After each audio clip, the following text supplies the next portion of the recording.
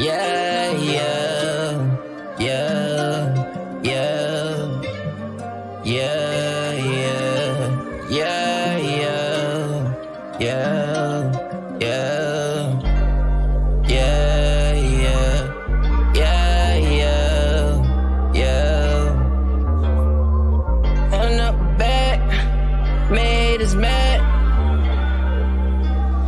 That's enough, Pluto. Fucks on my ass, run up a bag. Since I breathe, envy made haters mad. 5 plays, run a trap, stack 100 bands. Made myself a boss plug, then put on my man. Addicted fast money, cars and one man. Wearing phone clothes, iced out, strap, I blam. Stick tuckle, kamikaze like the Taliban. Stick tuckle, kamikaze like the Taliban. Feel like night and shine on me when I'm covered in diamonds. Turn a bird, not guilt, getting work on consignment. Pocket, strike a nerve, money follow with violence. Got a reason, stand strapped, can't leave home without it. Move mom out the hood, go nowhere, I'm still buying. Spend thousands on clothes and shoes, I like it, I buy it. Next mission, broke the rules, move with a cola silent. Won't let it sing up the school, spin on ops dying. Get it done without mind if you strap a chores. Get it, drink a break, switch from the blick, less it's smooth. We all on the same tune, a pillar struck a nerve. Everything I want, I pay the price, no one take bombs. Close, I ain't going nowhere, won't have much longer. My circumstance changed, cause I still got my hunger. Ignorance is bliss, only one can me like a gun. Pockets filled, every lit hit, they sick to they some. Hate more on the weekend for the gas than the Wednesday. No doubt, hesitation, re-up. I got people taking piece at all costs, cause I'm big on energy. Believe my man came home and seen the kids' face. Hate more on the weekend for the gas than the Wednesday. No doubt, hesitation, re-up. I got people taking piece at all costs, cause I'm big on energy. Believe my man came home and seen the kids' face. Fucking on my ass, run up a bag. Since I breathe, envy made haters mad. 5 plays, run a trap, stack 100 bands. Made myself a boss plug, then put on my man.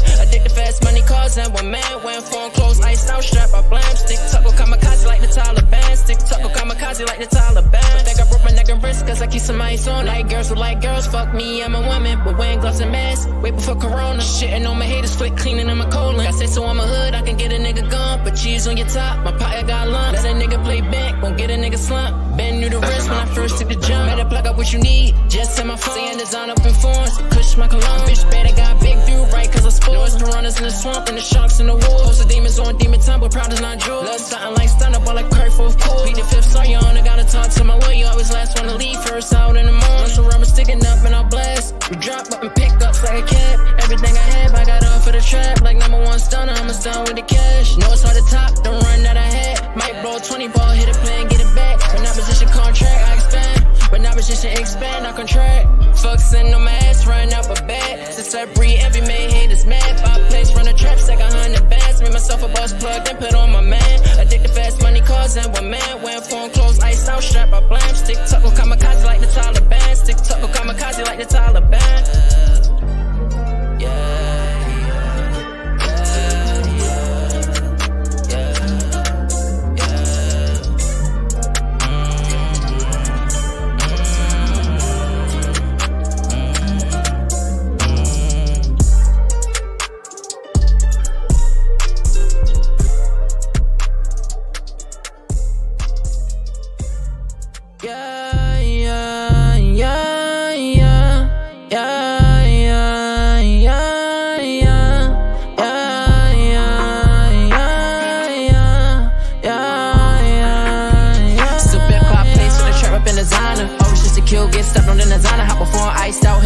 Designer, let her eat the dick down, then buy her designer. Chanel, Dior, Hermes, Gucci, and Prada. Off-white on the off-day, Dolce & Gabbana. Chanel, Dior, Hermes, Gucci, and Prada. Off-white on the off-day, Dolce & Gabbana. He got game emojis, took risks and prosper. Order hit slide through consent to the dot. Like I talk, guap beneath trap, lingo never proper. Money over Betty, son of business, keep choppers. Bump down, knock, snoop down, one prime drop. Got with Glocks up, my youngest on fire. What you make in 2 weeks? I can make it hours. Sorry, I was trapping, bipping flowers and powder. Came up shooting dice, I'm just being honest. Just my ball bag, I'm fucking up cars. Strongest, you can link, run with Sir or above. She's naming niggas 50 cars, look at me, my Marcus. Had to cut my losses, now my money guaranteed. More money, more problems. Get you can see. From the school to the pros ball, like the Major League. Bet the Betty's on me, like the paparazzi. So bet by place to the trap up in designer. Always just to kill, get stuck on the designer. Hop before iced out, hit the toe in designer. Let her eat the dick down, then buy her designer. Chanel, Dior, Hermes, Gucci, and Prada. Off-white on the off-day, Dolce & Gabbana. Chanel, Dior, Hermes, Gucci, and Prada. Off-white on the off-day, Dolce & Gabbana. To hang with the members, get your body to sign up. Tell me you a gangster or a bitch making mine up. Product of my environment. Got rich selling product. Only God can judge me how I'm coming to my time. On the hunt for money and bags and finding stuff. Trap luxury cars and clothes and finding stuff. Feel like the baddest thing, so strict, melodic as fuck. Got a gift for gap, she ate me like a lollipop. Make a one, take a top off and give me some top. Always pull up in the top off when I'm in a drop. Say designer hit the feet, down to the socks. Addicted to spending cash, ice chain and a watch. Make a one, take a top off and give me some top. Always pull up in the top off when I'm in a drop. Say designer hit the feet, down to the socks. Addicted to spending cash, ice chain and a watch. So flip cloud plays to the trap up in designer. Always just to kill, get stuck on the designer. Hop before I'm iced out, hit the toe in designer. Let her eat the dick down, then buy her designer. Chanel, Dior, Hermes, Gucci and Prada. Off-white on the off day, Dolce and Gabbana. Chanel, Dior, Hermes, Gucci and Prada. Off-white on the off day, Dolce and Gabbana.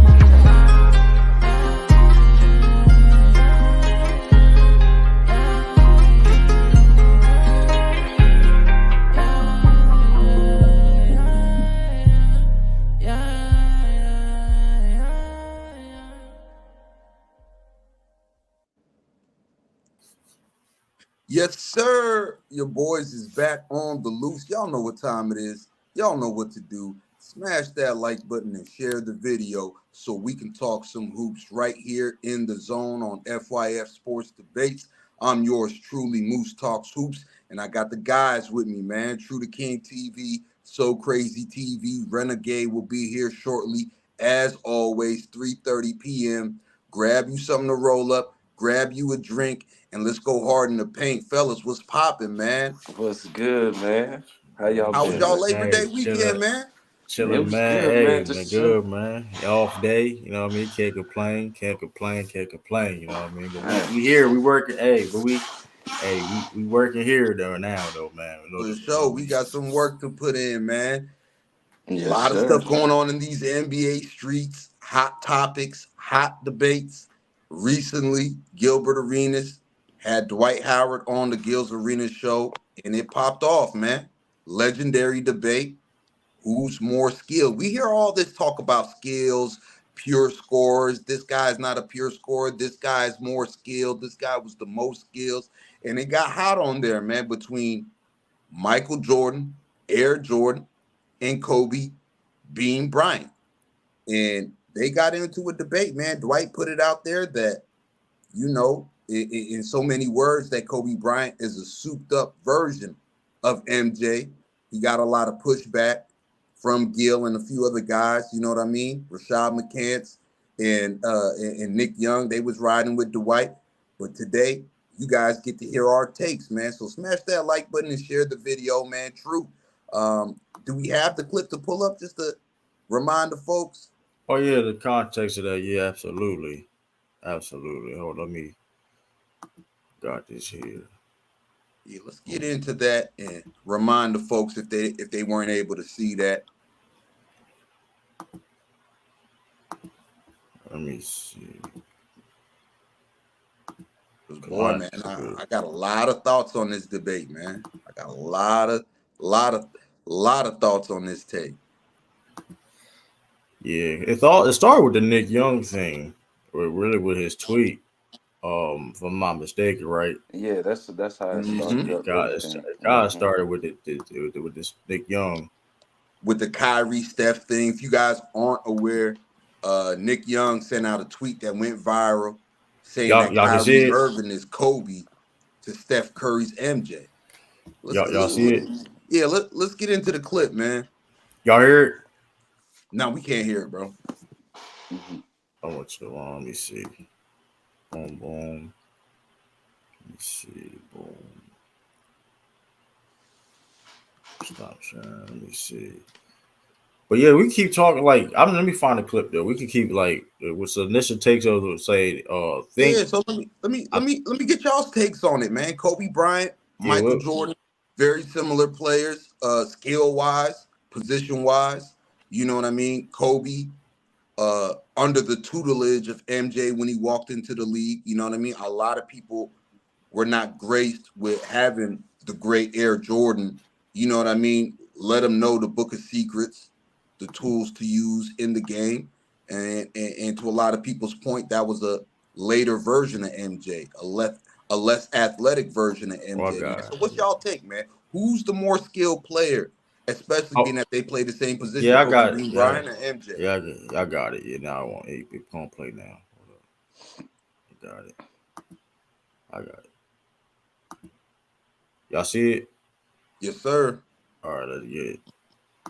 Let's go on. So, Nick, you've been socially active lately and had the basketball community in their feelings with some of your musings, including this tweet that you posted recently.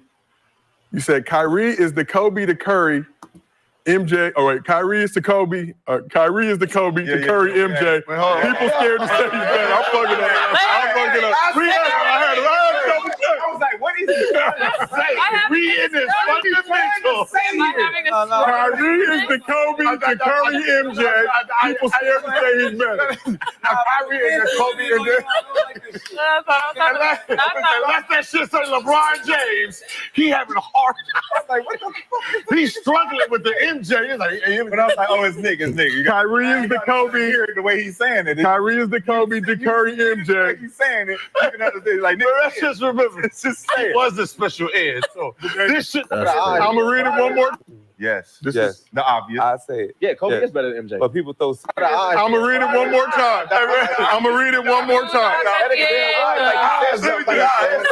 Yeah, how y'all feel about Kyrie? How you feel about this tweet? Kyrie is the Kobe to Curry, MJ. People scared to say it. I mean, I don't. Yeah, when did he post that tweet? Was this like a recent tweet or was this like a? Yeah, I think last week, last week, or. But Kyrie is the Kobe, the Curry, MJ. People, yeah, I'm not even mad at that. I mean, I don't Curry, but Curry, but the thing is, Kyrie and Curry got 2 different games though. Like they scores, combo guard score, but they got 2 different games. I don't. The MJ and Kobe are the similarities. The obvious things are there, but like.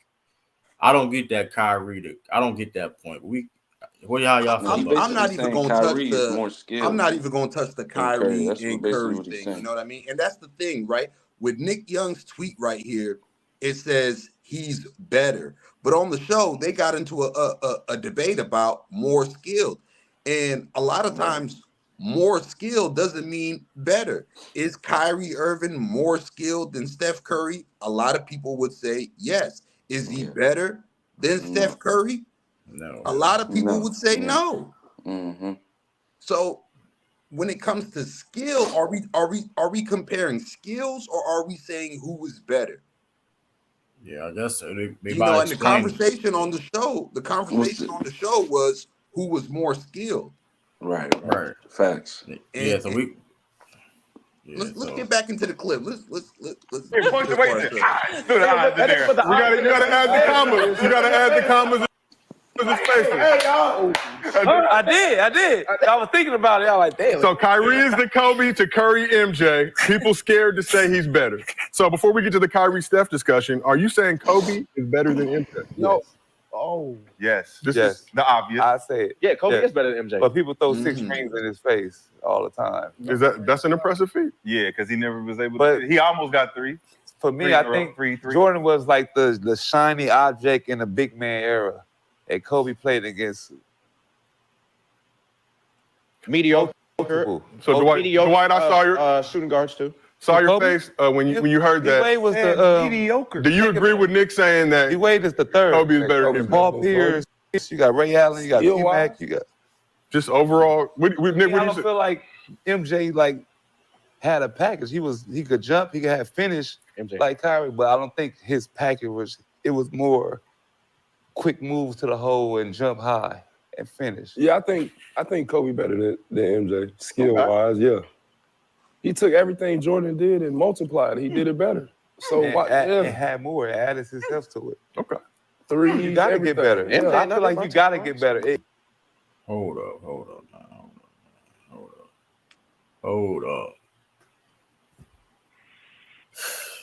Kobe took things from see that's something I did shit.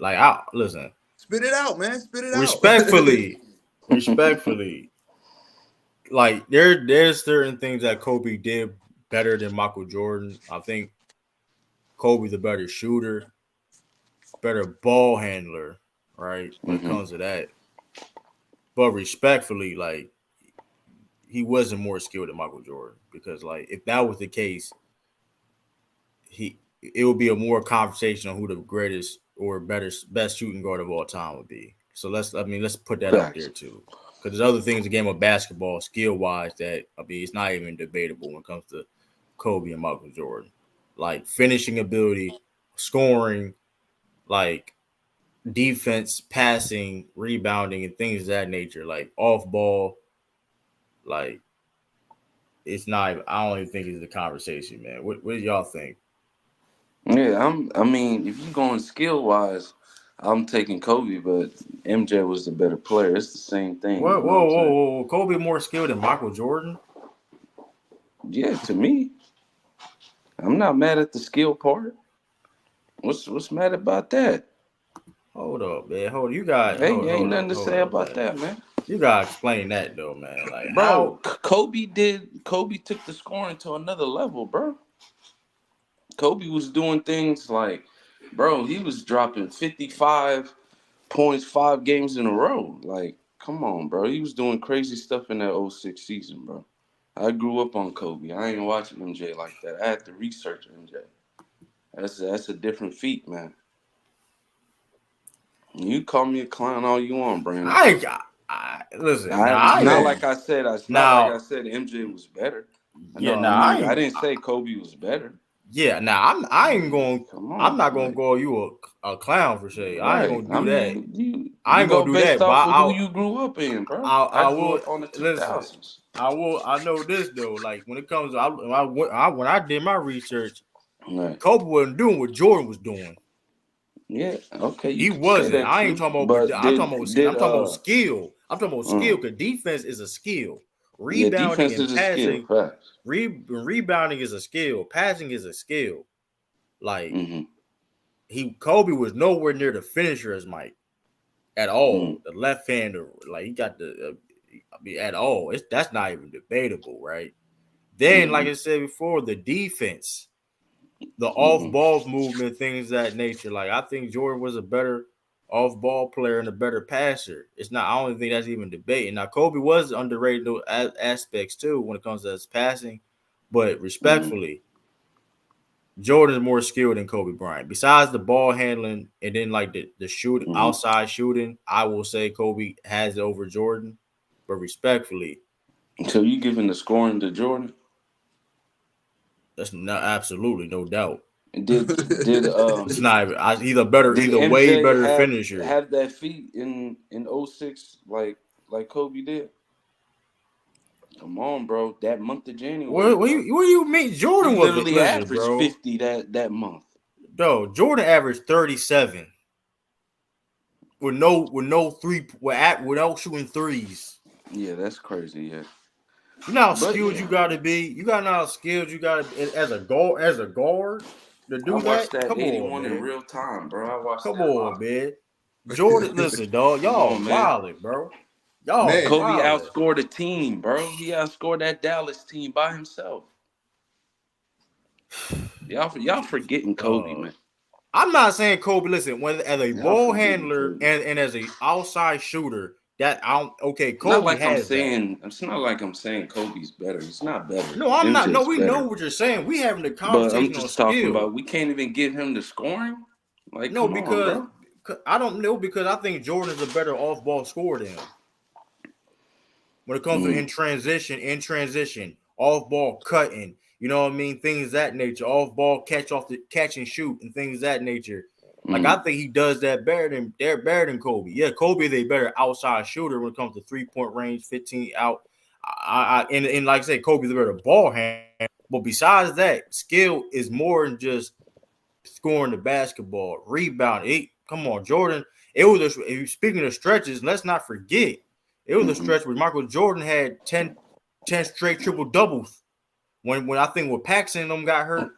He had to get 10 straight triple doubles playing point guard. Like Jordan got the skills, man, too. I think it's like when it comes to like offensive ability, I think Kobe may have been offensively more skilled because of the ball handling and the better shooting, but the skill is more than that. Like I said, all the things those coming together when it comes to rebounding and defense, it's not even close.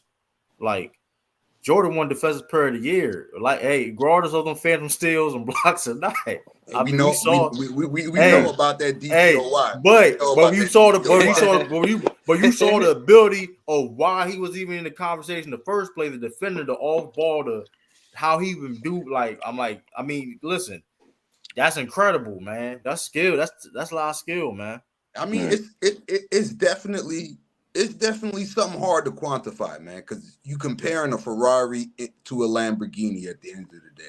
You know what I mean? This is two of the greatest at that position ever. The two greatest at that position ever. You know what I mean? You know what I mean? Arguably MJ the greatest of all time. Kobe up there in that debate. You know what I mean? And then here it is. Better or more skilled? When you say better, I'm going to take MJ because he was blessed with some physical capabilities that Kobe Bryant wasn't blessed with. MJ's the better athlete. He has the better physical tools. You know what I mean? And Kobe really benefited off of coming up, watching Michael Jordan, learning from Michael Jordan from afar and when he entered the league. You know what I mean? And like they said on the show, when Kobe was learning from MJ, he was learning from the older MJ. You know what I mean? The second 3P MJ. You know what I mean? So when it comes to skills, it's like the Kyrie Steph thing. Skills, you can say Kyrie's the most skilled player ever or one of the most skilled players ever, but to say he's better than Steph Curry, I'm not going to go that far. Same thing with Kobe Bryant. Does he have better skills? I would say so because he wasn't blessed with the physical attributes of a Michael Jordan. He didn't have the big hands. He didn't have the athleticism of Michael Jordan, which forced him to have better skills, quotations, if you want to put that around the word skills. He had more counters. He faced tougher defenders, you know what I mean, that knew all his moves, so he had to go to his counters. And Kobe was the king of counters, man. Footwork was elite, you know what I mean? And he had the ability to learn from a Michael Jordan. He had the ability to learn from Hakeem Olajuwon. So if you want to say skill-wise, Kobe Bryant is better than Michael Jordan, I'm not going to be mad at you. But to say that Kobe Bryant is the better player between the two, I'm not going to go that far, man. It's MJ for me. Yeah, and that's the other thing too. Like they were saying, like Brandon Jennings, like, and Nick Young, they saying, they Kobe better than Mike. I'm like, bro, y'all guys let that go, bro. No, man. Like, I mean, like you said, some people gotta let that go, man. If you're better and you're more skilled, other skills got to come into play. You know what I mean? Being efficient is a skill. Michael Jordan was a way more efficient player than Kobe Bryant. He's damn near 50% for his career in the regular season, damn near 50% for his career in the playoffs. That got to stand for something. You know what I mean? And like I said, you might technically have the better skills, but are you technically the better player? And to me, it's no, man. It's no. Right. It's like saying, oh, Anthony Davis and a Giannis Antetokounmpo. When you look from the eye test, when you look at technical basketball skills, you would say, all right, Anthony Davis is the better skilled player when it comes to Giannis. But who are you taking? Who's more dominant? Who's been better? You know what I mean? Yeah, and Rap God Reloaded, shout out to you. But being efficient is a skill. Like when you being efficient means when or when not to take a shot or great quality shots.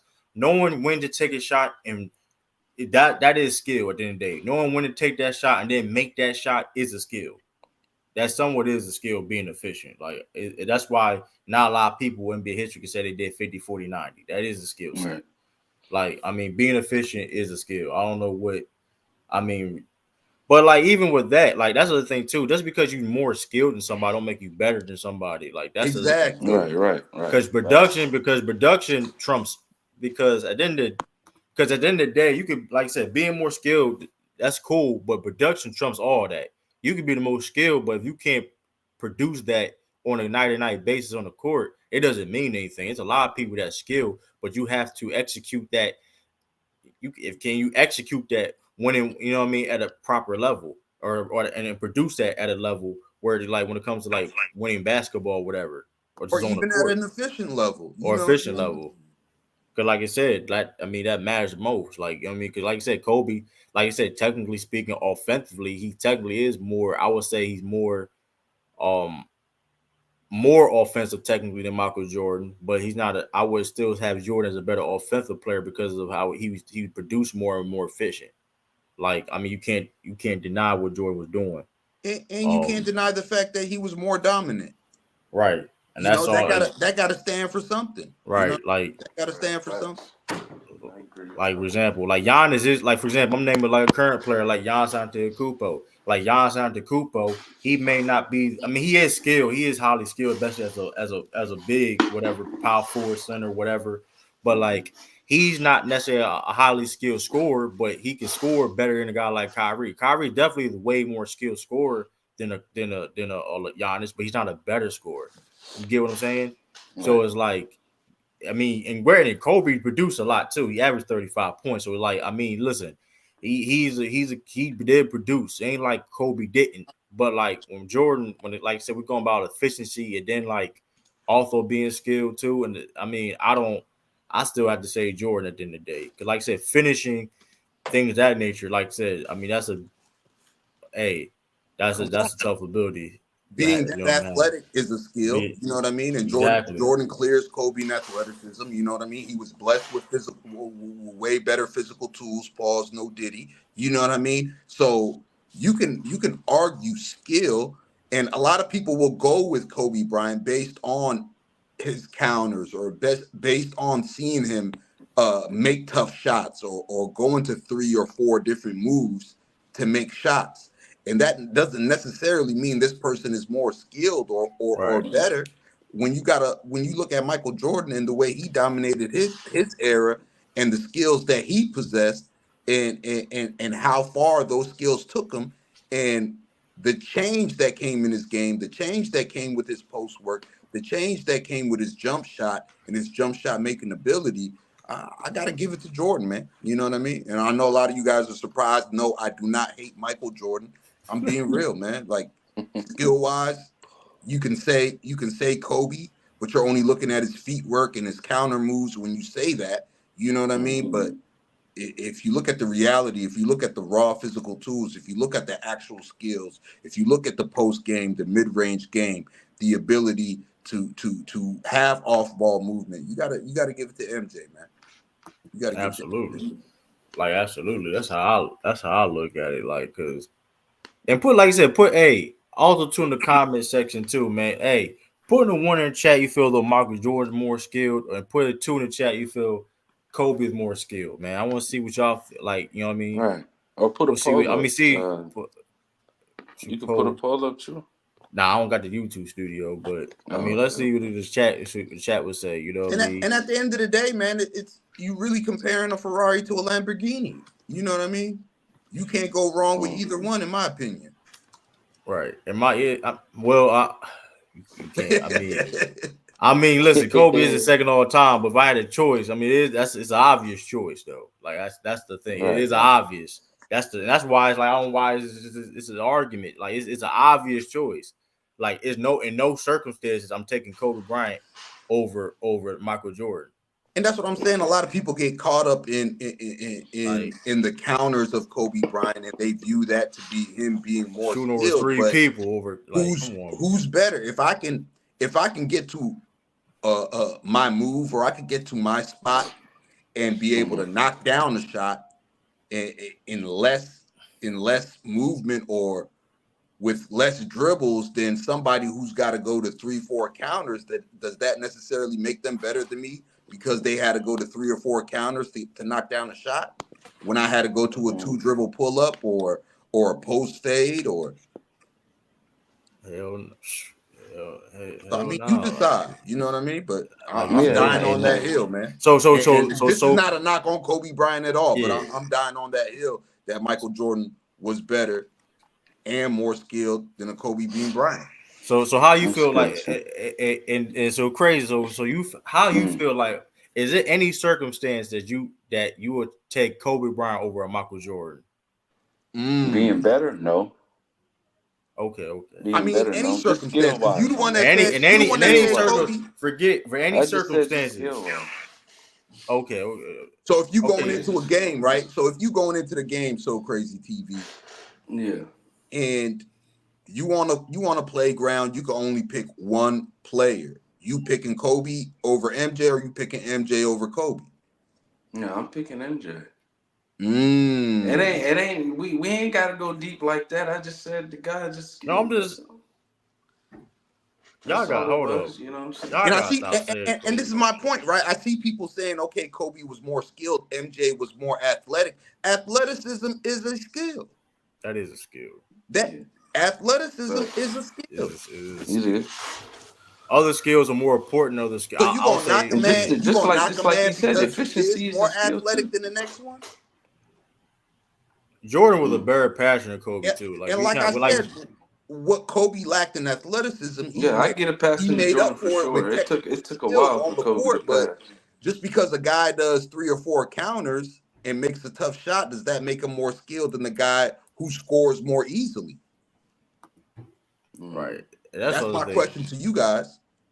To the guys that's saying, oh, Kobe is more skilled, just because a guy is making a tougher shot, or a guy has to go deeper into his bag, like I said, 3 or 4 counters to make a shot, does that make him better than a guy that has to go to a 2-dribble pull-up, or a guy that could just blow by his defender and get to the rack and be able to finish? Like that's the other thing too. Like you said, rebound. Like, cause other thing too. Okay, and granted, I will let some athleticism is a physical attribute. Skill is a teachable. You can get better being athletic. Being athleticism isn't a skill. I mean, you definitely can train getting stronger and faster, bro. I don't know what like. I mean, those are things. Those are like unteachable skills per se. But those things, those still. You can't tell me being athletic is not a skill. Those things you can work on. You work on that at the end of the day. You could go to the gym and work on your athleticism. Like, I mean, we get it that he's a guy. He's God gifted in that sense of like, okay, you can't teach that per se, right? Everybody can't have a 40-something inch vertical. We understand that, but you could definitely work on those type of things. And then Jordan, like I said before, Jordan was a better passer. Jordan was a better passer. Like we're not going to argue that. Like he was more efficient. Being efficient is a skill. Mm-hmm. Okay, you can, but people don't train then. So what's the point of people working? What's the point of working out then if that's not a skill? I can eat hot Cheetos all day, sleeping and exactly. No, like, what's that supposed to mean? Like, what's that supposed to mean? Like, what does working out mean and doing all this training and doing all these exercises mean? Then if that's like if that doesn't just like work. Giannis, right? Giannis is athletic. You do realize people work on their verticals, right? Like that's the thing. Like people work. He knows that. I don't know why we trying to have this argument about.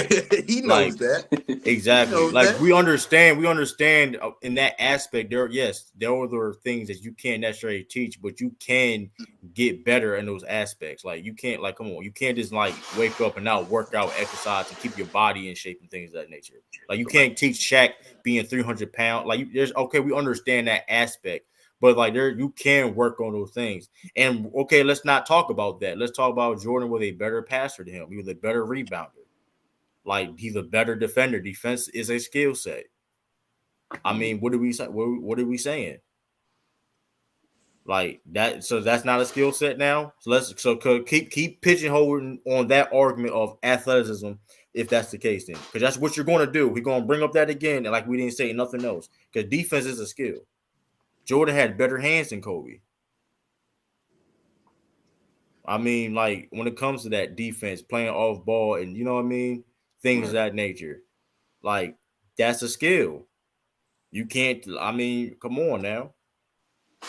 Shout out to Mr. Skitty, man. I see what you said. Salute. No, but honestly, you're absolutely right, man. And I'm sorry, you know what I mean? I love Kobe Bryant, you know what I mean? I love MJ, but if you asking me who's more skilled, don't tell me a guy is more skilled because he has to go deeper in his bag to score. Because he got a better handle. All that tells me is you have to work harder to get your shot off. Right. That's true too. Like, listen, I get, like I said, besides the ball handling and the outside shooting, I'm just saying he's not a better passer than Jordan, bro. Let's stop it. Like, let's stop that. He was not like, let's stop that. He was not a better passer than Jordan. And truth be told, like that's the biggest. And truth be told, bro, he wasn't even the best. Like when they started winning the championship run, them last 2 years, like 08 and up, he wasn't even the best passer on his team. That's just a fact. They had Lamar Odom, Paul Gasol for a reason. Like, let's not he was the best passer definitely when he had Kobe and Shaq, because he had to be, in a sense, right? The deferring and things of that nature, right? For Shaq, you know what I mean? I give him that. But like outside of that, when Lakers started winning again, he wasn't even the best. He wasn't even the second best passer on his team. He wasn't a better passer than Lamar Odom. Yes, I said he was not a better passer than Lamar Odom. That's what I mean. He wasn't. Especially if you go off the road what Lamar Odom was doing, being that point, you know what I mean? It's not a coincidence how he had how role he had on the team, right? And then you have Paul Gasol. We all know how Paul Gasol is as a passer. So it's like, come on, stop it. Like, let's not do that.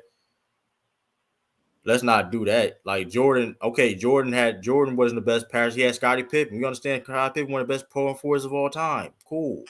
But we definitely before that, we know Jordan was definitely the best passer on his team. Let's not do that. And then Kobe, listen, I'm not saying Kobe definitely was a passer. He definitely could pass, but when he had Kobe, let's not act like when he was, listen, it's easy to kind of like, come on, let's stop it. That's Kobe role was, he going to jack up shots and score. You know what I mean? That was his role, is jack up shots and score for the most of the part. Yeah. Lamar Odom was a better passer than Kobe. That's a fact though. Like what? Like how? So he wasn't known as the point forward on the. So we're gonna act like. So what was Lamar Odom known as the for? Point forward. He was the okay. Point So forward, like what? bro. So how does Andre? That's a crazy take. So okay. Like it was like let's stop it. What was Lamar Odom best role on the team then? If he wasn't asked to score 20 plus points a game on a nightly basis, it was what else? Get the offense. Like, come on, stop it. Ready. Yeah. He was a better passer. I feel that, but this has to show for something, right? That Kobe had more assists for his career. That has to show for something, right? I mean, not a better passer. Like, are you going to do that because somebody played more, or? I mean, that's not the player's fault that played more, right? I know, but that's what I'm saying. Are we talking better? We talking skills, or are we talking accumulation of stats, or like what are we talking about? We talking about skills, right? All I know is how is Kobe a better passer when he's known as a ball hog majority of his career? I mean, that's been the narrative on him, right? Outside of Shaq, he's still like come on, bro. Like, let's stop it. Like, as a shooting guard, I think he's number one in assists. Kobe as a shooting guard. The reason why Kobe was an underrated passer because he was a ball hog, bro. That's like majority people of his call career. Kobe a ball hog, and they don't even know like he's leading the assists as a shooting guard. That ain't saying much, bro. And you play that many years, bro. I would have hoped you so. You had the ball in your hands that much. You played that long time in your career. Like, stop it, man. Like, there's a bunch of other guards. You talking narrative? How is it a narrative when he was a ball hog? Like, there's legit like he was both a ball hog. I'm sturdy on this one. Both of them were ball hogs, true. But Jordan, listen, at least you know when like you gonna get the ball at some point from like Jordan though. At least at some point, like Kobe, you knew I may not even touch the ball like this in this game. I make only 5 shots. Like, I wouldn't pass too if I had Smush Parker. I mean, it's crazy. It's crazy to be labeled a ball hog while averaging six assists for your career. I mean, I know that's a narrative on both of them, but like I said, Kobe Bryant put himself in a position where he would take a lot of tough shots, and the visual, the eye candy of Kobe taking tough shots, the eye candy of Kobe going to 2, 3, 4 counter moves is why the people that think Kobe is more skilled say he's more skilled. And again, I ask the question, just because a guy works tougher to get a shot off than the other guy does that make him more skilled?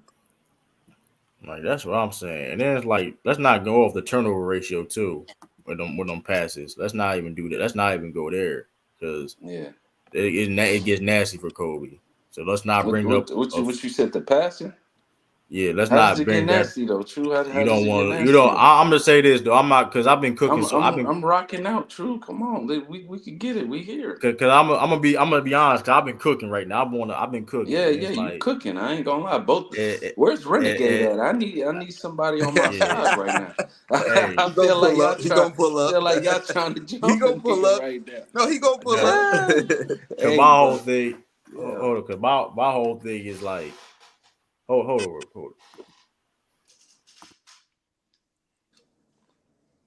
No, but honestly, I mean, like I said, at the end of the day, you comparing a Ferrari to a Lamborghini. You know what I mean? But to me, MJ is the more skilled person. You know, and I understand Kobe's work ethic, and I understand Kobe's dedication to the game. Yeah, but you taking MJ on both? You taking MJ on the skilled and better? Yeah. So you retracting what you said then, Moose, right? No, I'm not retracting what I said. I said the people that feel. Didn't you say Kobe? No, I said the people that think Kobe is more skilled are basing it off the eye candy that he has more counters or they feel he has better footwork than MJ. But like I said, MJ is the more efficient player. You know what I mean? MJ is the more dominant player. Jump shot water, mid-range water. I understand all of that. And he averaged for his career damn near 50% shooting. He averaged damn near for his career in the playoffs 50% shooting. So I asked the people that think Kobe is more skilled than MJ just because he has to go to 3-4 counters or just because he has to work harder to get a shot visually, and you like the visual appeal of Kobe doing 3-4 moves or doing 3-4 counters, that doesn't necessarily make him better than somebody who can score more efficiently in a lesser fashion of not having to go to no counters. He can get his first move off. He can get his second move off. You know what I mean? Are we going to knock Jordan because he's not relying on his fourth counter? Are we going to knock Jordan because he's taking a tougher? I mean, are we going to knock Jordan because he's not taking a tougher shot? Yeah, I feel that though, Moose. But like, I feel like Kobe had to do those things because he was getting guarded by one of the best defenders, bro. Like that era that he was in, bro, it was nothing but dogs, bro.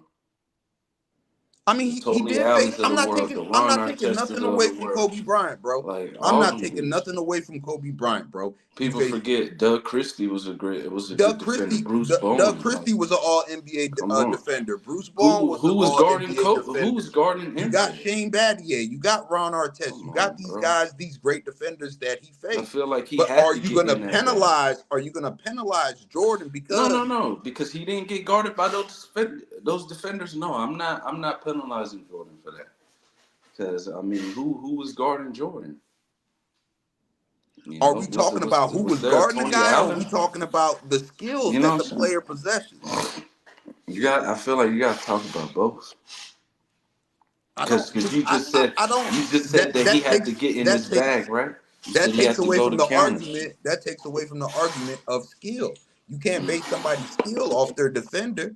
You know what I mean? You can't knock somebody because he was defended by this guy.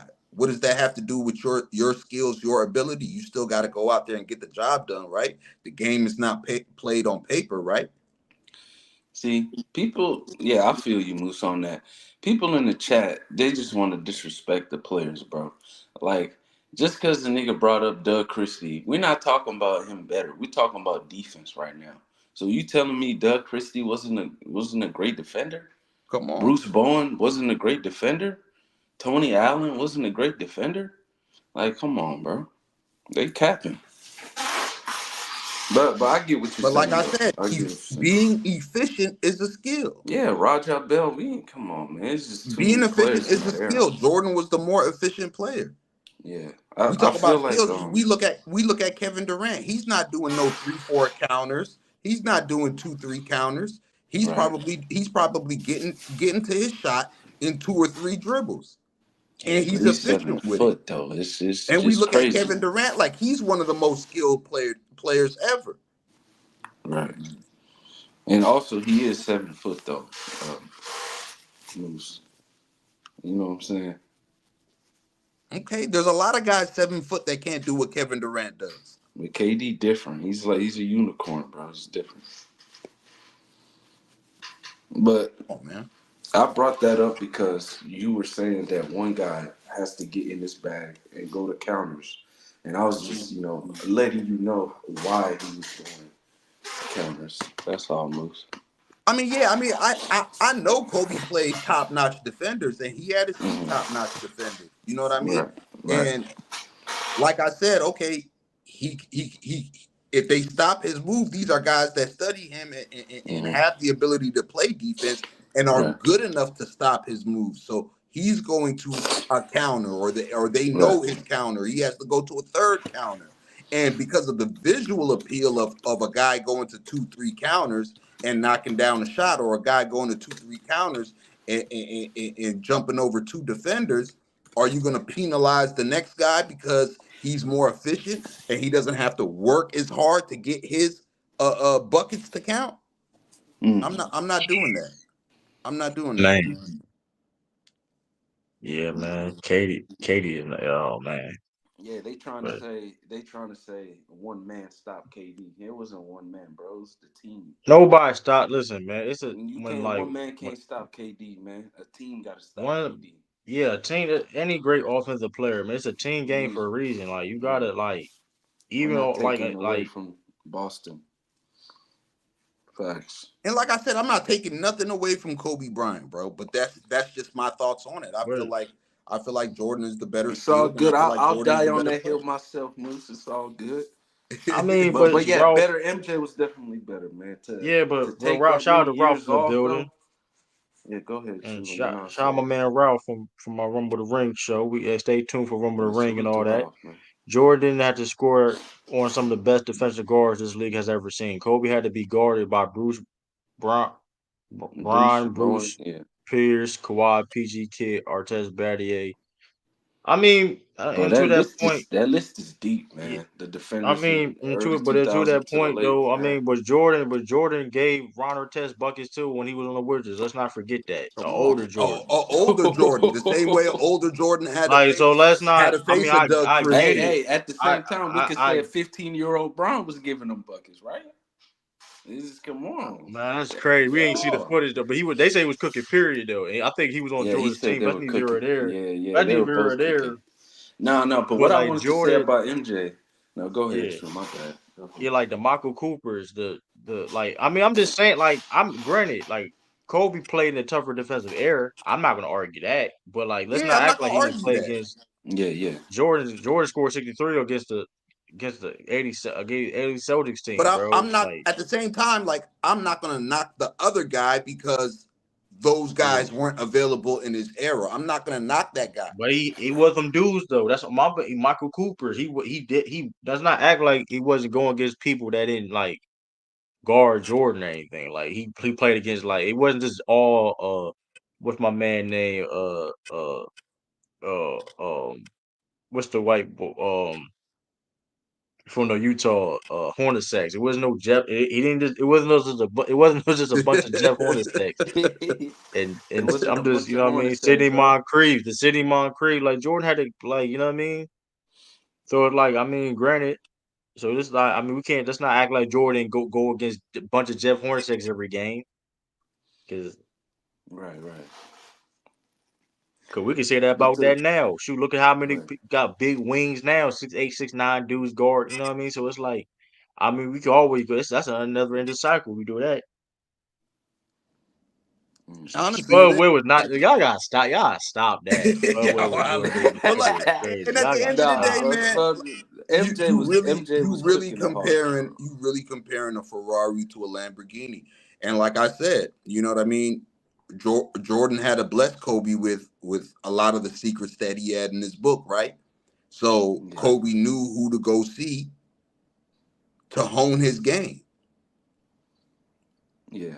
MJ was his big brother. Facts. You know what I mean? But, and I'm not taking nothing. I'm not taking nothing away from Kobe Bryant because for MJ to even wanna let you in and do that, it shows how great he viewed you to be. Even though he helped veto that Chris Paul trade, was neither here or there. But anyway, that's a fact though. He did. That happened. Hey, and y'all didn't know. Bro. We got to talk about that. Hey man, listen. He definitely helped veto that trade. Go look it up. And they gave him to the Clippers, bro. That's crazy. Jordan helped veto that. Mind you, the Hornets did not have an owner at the time. So yep, and David Stern was their mouthpiece, and the team was owned by the league. Other owners had to say so in that because of that. And Jordan was one of the owners at the time. And I see Sturdy's comment, right? Sturdy says it's unfortunate Kobe's career is tied to Jordan to this extent and is inaccurate to Kobe's development. Kobe himself tied his career to MJ. Yeah, that's his fault though. He tied his career to MJ. Yeah, I he emulated Jordan. He emulated Jordan. He came in doing. He told the world that he was emulating Jordan. Yeah, like him going to Nike 2-3 all along. They called Kobe Bryant the heir apparent. Right, and I understand he got dropped from Nike. I'm not Nike, from Adidas, so he had to go to Nike per se. But even he kind of did it to himself too. Like that being said, I think it is unfortunate though. But he kind of put it himself. Even the head shave and all that. You getting the chewing of the gum, the walk, the talk. He legit put that on himself. He even copied some of the mannerisms of exactly. Jordan. Kobe put that on himself, so you can't say it's the 23-24 thing. You referencing Jordan all the time, and it's it doesn't talk him in interviews. Yeah. Listen to the way Kobe talked early in his career when he was trying to emulate Jordan, and compare it to the way Kobe even talked later on in his career. His speech is totally different. His accent is totally different. Bro, the way he talks is totally different. Bro, Sturdy, he legit. Listen, we understand that he was a student of the game, bro, but he legit tied his career around Michael Jordan, bro. That's just a fact. He admitted that he was trying to emulate Michael Jordan. We understand. I'm not arguing are that saying part. Kobe's tied to Michael Jordan, and he's the one that was pushing for that. But y'all know why he's. We understand. We understand he took things from other people, but he legit he had the same mannerisms as Michael Jordan. Come on, the run, how he used to run, how he wagged his tongue, pause, no diddy, everything. He admittedly emulated Michael Jordan. Hold up, hold up now, because now it's we're not gonna lie and cap why people associate them guys too, not because they were cool, even to and that just is what it is. People don't call him a Jordan clone for a reason. You don't get called that for a reason, bro. I'm sorry, you don't. You have to have some responsibility for doing that. You don't get called a. So you blaming? So you blaming Kobe? I mean, you blaming the media. You blaming for the media for Kobe walking like Jordan, talking like Jordan, armband like Jordan. Right, okay, like Jordan. But those things that they're saying, the two brothers, even Ralph and Ralph. Listen, that's great, and that's great, but that's not the discussion here. The man said it's unfortunate that Kobe is tied to Michael Jordan to this extent, but you can't be mad about it if Kobe himself admittedly tied himself to MJ. Yeah, he tied himself to other greats, but what's more looked at was the Jordan part. He legit copied man, though, bro. He legit copied man. Game on the court, like Cruz saying, his mannerisms, the way he threw his gum, the way he stuck out his tongue, the way he walked, the way he talked, the way he jogged, the way he run. Bro, all of that was trying to emulate. The fist pump after clutch jumpers Where did Kobe get that fist pump that he did against Phoenix when he knocked down that jumper? He got it from Jordan, right? Even his jumper is like he tried to copy his jumper off of Michael Jordan, bro. Like, come on, bro. Let's like him sticking his tongue out is clearly like Michael Jordan, bro. Like the sticking the tongue out and like, come on, bro. Like my whole thing is this too. Being bald in the beginning, bro. He was bald in the beginning. Exactly. Come And on, my whole you thing got is a 17-year-old kid. You got a 17-year-old kid coming into the NBA with a bald head. Yeah, I can't defend that sturdy. I can defend You got a everything else. 17-year-old kid with a full head of hair coming into the league with a bald head. LeBron paid respect to like. Hold up. So why LeBron James, the guy that wears Jordan jersey, and he never got called a Jordan clone? He even copied the pattern. He got the powder from Michael Jordan. Matter of fact, to a certain degree. Why they don't call him a clone? Like, come on, man. Y'all not gonna act like Kobe didn't admittedly tie himself to Michael Jordan. Come on, bro. Like, let's not. But like at the if same you get time, that was amplified a little bit more. But he did talk to like other greats though. Like, you know. Great No, ones. nobody's saying he did. Nobody's saying he was a student of the game, but he listen. When you get called a clone in real life, like you have to have like if you get called a clone, like that's on you. You're part of that. Like, let's not. If I ever call somebody a clone or something like that, let's call it how it is, bro. Ain't nobody in my lifetime. Ain't nobody call me a clone. If somebody call me like my dad or something, yeah, that's the only thing. If somebody telling you like your mom, your dad, or something like that, or a relative, like that's whatever. But like, ain't nobody call me no clone, especially ain't related to me, bro. That's disrespectful. And mind you, he let it slide, and he let it slide, Right. So Hey, I ain't first never of all, call me no before we keep going, bro, we got like 500 people in here, man. Get them lights up, man. Yeah, smash that like button and share the smash that video, like button. man. It's just so easy. Like, respectfully, like, ain't nobody would call me a clone, especially somebody I ain't related to, bro. I don't care you your mentor or not. Ain't nobody call me no damn clone. That's on him. Let's not do that now. Cause that's personal responsibility right there. Like, that's all he could have been nipped that in the butt. And respectfully, don't. Hey, I saw what y'all said. We can move on. You know what I mean? Like, hey, he could have been nipped that in the butt a long time ago. Then you had the Kobe 8 jersey. Then you want to be 24. I want to pass 23. Man, get out of here with that. Copy his man moves and everything. Come on, man. Like, it is what it is with that.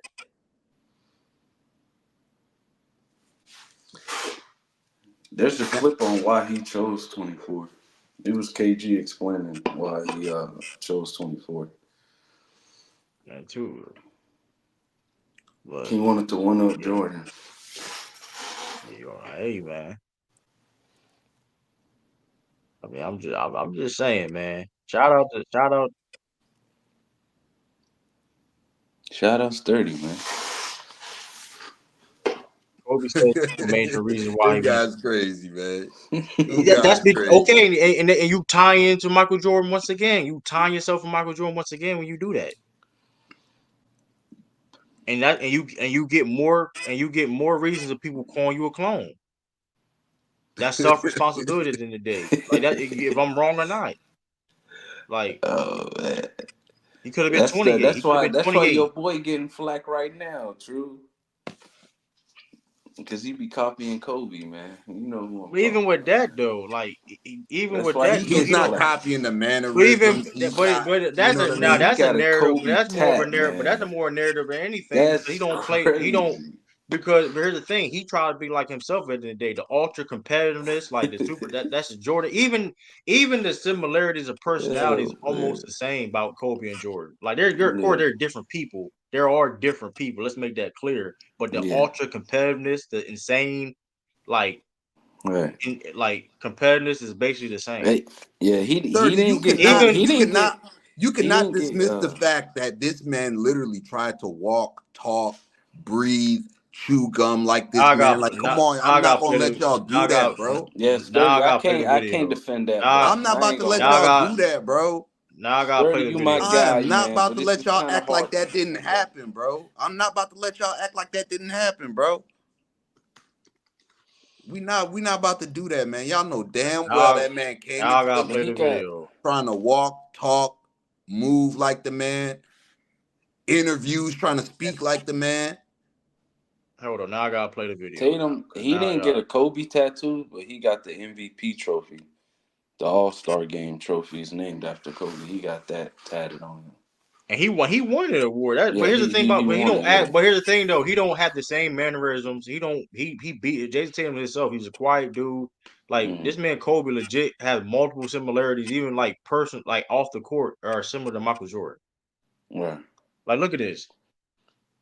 Oh, even man, the same jaw. The jog was the same. bro. The way he executed the moves was the same. Come on, man. Y'all not going to tell me this man was not trying to emulate Michael Jordan. Y'all not about to sit here and say Kobe wasn't trying to emulate Michael Jordan, man. Yeah, he did the same thing. I'm not going to do that, bro. I remember this video. Look at the tongue. Look at the tongue. Look at the Pull up. moves. Like, come on. Look at the finger wag. Like, come on. Like, let's not do that, this bro. This is crazy. Shoulder shrug. Like, let's not do that. Bro. This is nasty, bro. Let's not do that, bro. You could go to interviews, the way he talked, the way he walked. Like, come on, bro. We're not about to act like that didn't happen. Now, with that being said, he definitely did took other things from other players. Yeah, Sturdy. We can't. They got proof, man. I can't die on this. But where I draw the line is the ball head, man. The dude came in with a ball head, bro. Yeah, that's a fact, though. Come on, bro. Y'all not about to act like that. And there's nothing wrong with that, but don't try to say, oh, the media tied them together. No, Kobe Bryant himself tied himself and tried to emulate Michael Jordan, bro. Sturdy, like, respectfully, Sturdy, you cannot make a video like that with John Moran, Derrick Rose. Respectfully, you can't. So let's stop. Like, we're going to nip that in the butt. You can't do it.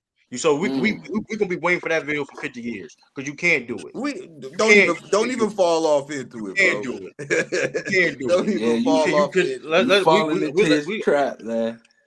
You can't do it, bro. I'm gonna keep saying he's gonna make a video. He can't do it. I remember that he did this. He did the jump in 09 when he beat the Magic. Come on, man. We not about to do that. You can't do it. Let's Sturdy. Show and prove, Sturdy. Show and prove. You can't do it. You said, hold up. We gonna screenshot. That's why I keep telling Sturdy he needs his own channel, man. Hold up. I don't. If he had 30 channels, he couldn't do it. Definitely make a channel. Listen. Here's the thing. We're gonna look at this statement here. This is insane. He said we're gonna make another video. He cannot do it. He cannot do listen. I'm calling you out. You can't do it. He can't because. And we all know we saw Derrick Rose and shout out John Moran and we saw John Moran and Derrick Rose play. He cannot make an identical. Man. He gave people the flu, man. He can not even that.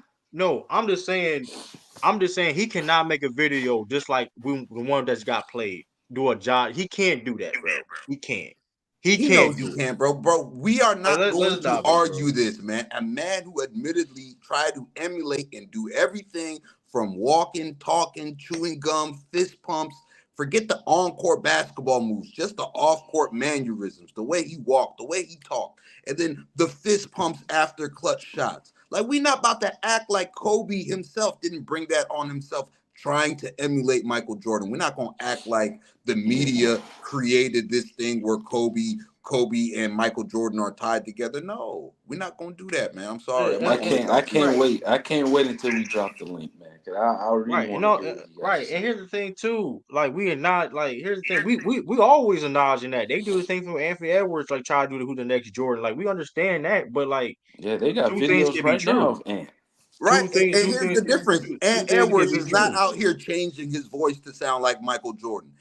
Ant Edwards is not on the court doing Michael Jordan mannerisms, the way he walks. He's not chewing gum. He's not sticking his tongue out. He's not doing all of these emotes that Michael Jordan was doing on the court, bro. We're not about to do that, bro. We're not going to act like this man was 17 years old coming into the league with a bald head. And to the people that's in the chat saying, oh, bald heads was in the 90s. Yeah, in the early 90s. Not when Kobe Bryant came in. Bald heads died in the 90s with Onyx, the rap group, bro. We're not about to do that. That's what reminded me of the this had nothing to do with anything, but Fred Joe Starr said Michael Jordan, the reason why Michael Jordan had a ball. That just remind me when he said that joke. That shit was hilarious. I'm just saying though, man. Shout out to Kobe. And truth be told, if Kobe didn't try to emulate Jordan to that much degree, I think he would have been a greater, better basketball player. I'm not saying he couldn't take the moves with Jordan moves he did, but I feel Kobe got caught up in that Jordan clone comparison thing. I think that held him back. I think if Kobe would have worried about just being himself more than emulating Jordan, I think he would have been a better, greater basketball player. That's just my opinion. You know what I mean? I don't know what y'all thoughts about that. Yeah, I mean, I feel you, like I said, but you know what I mean? You can't say, oh, it's the media's fault that Kobe and Michael Jordan were tied together that way when we have video proof of the man trying to emulate him to the umpteenth degree. Not even just emulating his skills on the court, emulating how the man talked, walked, and moved off the court. Not even basketball related. Right. Yeah, but I don't know. It's just crazy, man. But hey, speaking of that though, man, like I said, man, we gonna drop the link. I know y'all gonna have some fun with that. You know what I mean? When we drop the link, but we got something else to talk about on the same podcast because on that same show that had Dwight Howard on there. You Yeah, know, let's do so it. yeah, Dwight Howard on there. It was just very interesting, man. He had some comments about the recent DPOY winner, man. I mean, let's this is very interesting, man. Let's I get want to see into y'all it. thoughts on Very this. interesting, man. Let's get into it.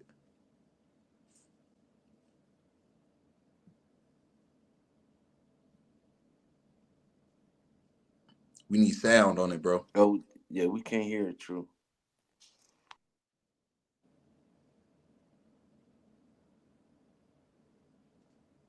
I don't know if True can hear us. True, we're not getting no sound back on the video. You say you can hear it? Hold up. Yeah, we can't Let hear me it. see. Hold up. Let's stop. Yeah, I'm trying to see. Hold up. But yeah, hold up because this is interesting here when he played that though. That was a former defensive player of the year in Dwight Howard. So let's play and see. What's your assessment of Rudy Gobert's impact on defense? I mean, it's tough to say because, I never want to say nothing negative about any players. But I don't think he deserved those defensive player of the years like he got them. I feel like he's a great team defender. But for what he did to get those defensive player of the years, I don't see it. I don't see him being an elite defender. I see him as somebody who has the size. He's 7'2". So when you 7'2" and you playing with athletic guys and you don't have to do nothing but clean up their mistakes or, just be big in the paint. So, I mean, it's really hard to say that he is an elite defender to have 4 Defensive Player of the Year awards. This year, he was actually up in the pick and rolls. He was moving his feet. He was talking more. He was actually being aggressive. The years before that, I think they just gave it to him because of his team defense and how everybody was on the team.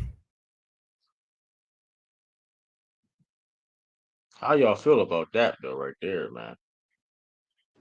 Man, oh man, I got a lot to say, man. And your mic too, Moose. You can hear me? Yeah, I barely can hear you. All right, what about you still sound like muffled. You kind of far come away back to me. a Go little to bit. so crazy. Come back to me. Yeah, you sound bro. So crazy though. How you feel about that? Like, man, that's crazy. But how is he winning these awards though? If he's not elite, you know what I'm saying? They got to be something he's doing. But out of the names though, I mean, I'll say that he is like, I'll pick him last out of the ones that got 4, But I mean, he getting them awards because he's doing something right, But he know more than us, man. He's a 3-time Defensive Player of the Year winner as well. He's seeing something that maybe our eyes ain't seeing. But I mean, but calling him I'm gonna not be. elite though, I mean, you're not gonna get the award if you're not elite, bro. You got to be, you know what I'm saying, elite at something, and he's elite at rim protection, right? That's what he honed in on in Utah. I mean, we cooked him for not, helping on the pick and rolls, but I mean, as in like rim protection, he does do his job. So I don't know, bro. Yeah, like I don't. My opinion on it is this though. Like respectfully, like Dwight Howard is that he was captain. Like, because at the end of the day, your DPOY is awarded in the regular season, and then last time Right. I checked, Rudy Gobert does what he had to do in the regular season. Correct. Mm-hmm. I mean, it is what it is. Then it's like he played with all these athletic guys. It was not a lot of athletic guys there in Utah. That's a lie. I mean, he legit was There was no carrying defenders that with him. defense. Yeah. The only person he had that was playing defense like that was Royce O'Neal on Utah. Mm. Like let's just call it how it is. Then he goes to Timberwolves. Their defense even gets even to a number one because of Rudy Gobert. Like they've been elite defensively since he's got there. Mm-hmm. I mean, to a point that you could put Cat at the 4. He makes those other guys' jobs either because he's on the front line in the backside. So Right. saying he's not an elite defender is kind of like insane. Now we can talk about him like in the playoffs, how his defensive in the playoffs. That's a whole nother conversation. You don't win defensive player of the year in the playoffs. You win it in the regular season. Mm-hmm. And like I don't understand how that makes any sense because like I mean you understand why he won DPOY. It just the conversation comes to okay when it comes to the playoffs, whatever. And that's another story too, because like Rudy Gobert, listen, I mean, because it's more than just defense is why he's trash in the playoffs. It's more than that. It's because he's a god awful offensive player. Don't get me started with that. Like that's why I think he overrated because he's a terrible offensive player. That's like they don't get talked about enough. But defensive player of the year, like I mean, granted, Dwight Howard is one of the greatest defenders of all time, but like we're not going to act like why he didn't got it. Like, Right. how you feel about it, Moose, man? I gotta do it, bro. Yeah, I do gotta it, do it, man. Do bro. what you got to do, player. Is Rudy Gobert a great defender? I would say yes. Is he an elite defender to the point where he deserved 4 DPOYs? I'm gonna say no, man. I'm gonna say no. And like I said, this is why I don't really like media awards. And these basketball awards have become media driven, narrative driven.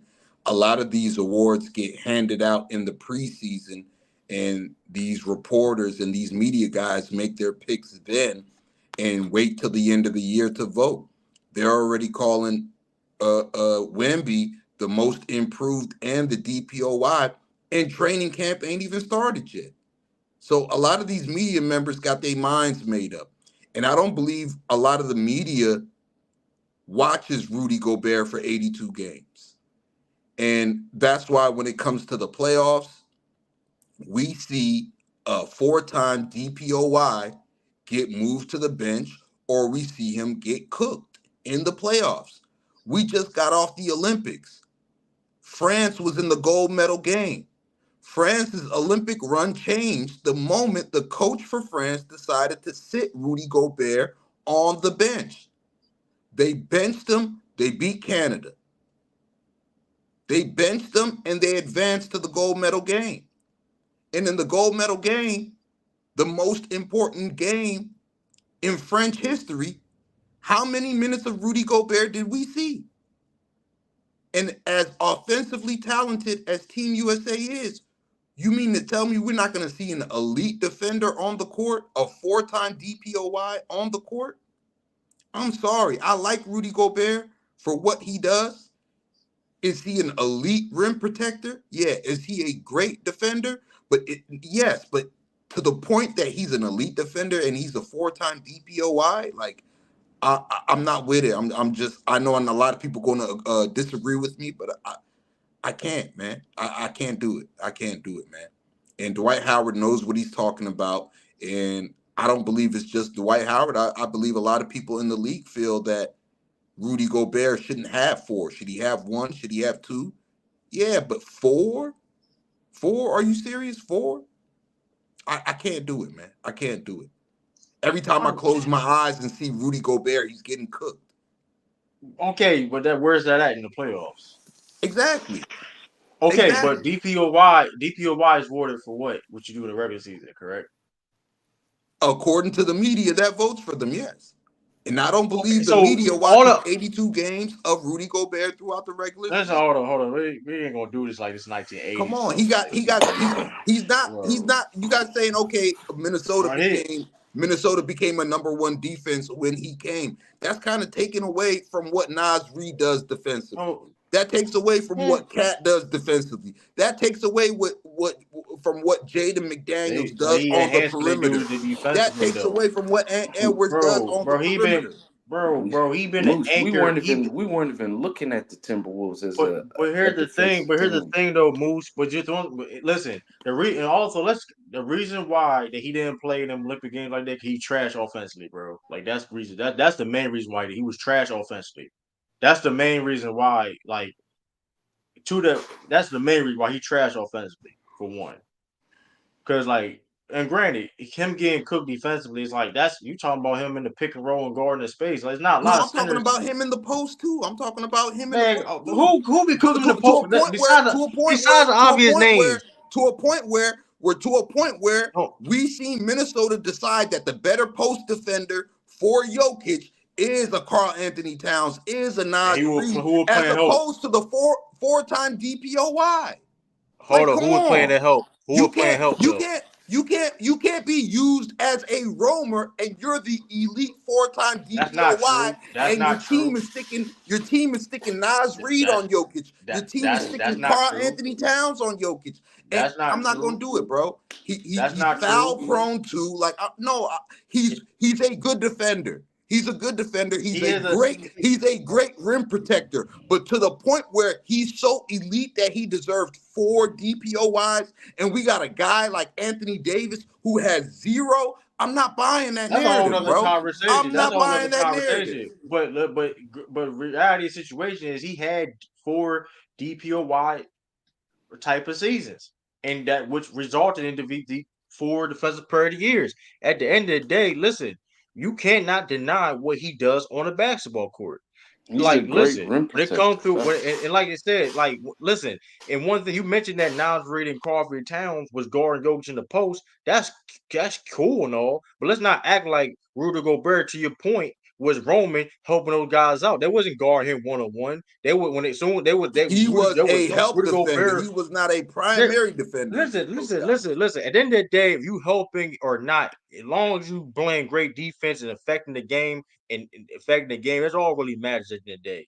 Like the 1-on-1, listen, at the end of the day, 1-on-1 defense or help defense, at the end of the day, it's a team game anyway. You have to play. Everybody got to be in one accord anyway, defensively. In the certain extent. You believe rightfully so he deserved 4 defensive player of the year awards in this generation? Yes, he do. Yes, he do. Because here's the thing though. First of all, the 3 defensive player he won he won it last year, right? He won it last year. Yeah, he only won one in Minnesota. No, the 3 that he won. The 3 that he won was in Utah. Right. And he won. And we're not going to act like right. Right, yeah. The 3. Hold on, let's go over the 3-1. The 3. Let's say who was playing, bro. He was carrying that team defensively. He was carrying that team defensively for one. He was carrying that team defensively in Utah. There's a lot of people that carry their teams defensively. Not like Rudy Gobert. What do you mean not like Anthony Davis was the entire Laker defense? He's literally the entire Laker defense. Last year, he was the entire Laker defense. rim protection, on the perimeter, switching off pick and rolls, literally. And this man has zero DPOYs, zero DPOYs. And granted, we're not having a conversation on who the better defender is, greater defender. I'm not going to argue that per se, because you can, to your point, awards does not necessarily make you greater or better than somebody per se, right?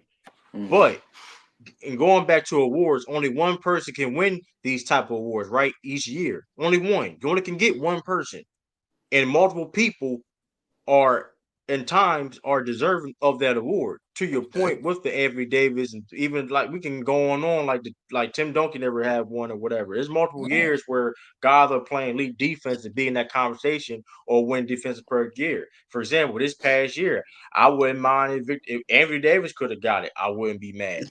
Victor Wembanyama would have got it. I wouldn't be mad. Bam would have won it. I wouldn't be mad. But only one person can win DPOY.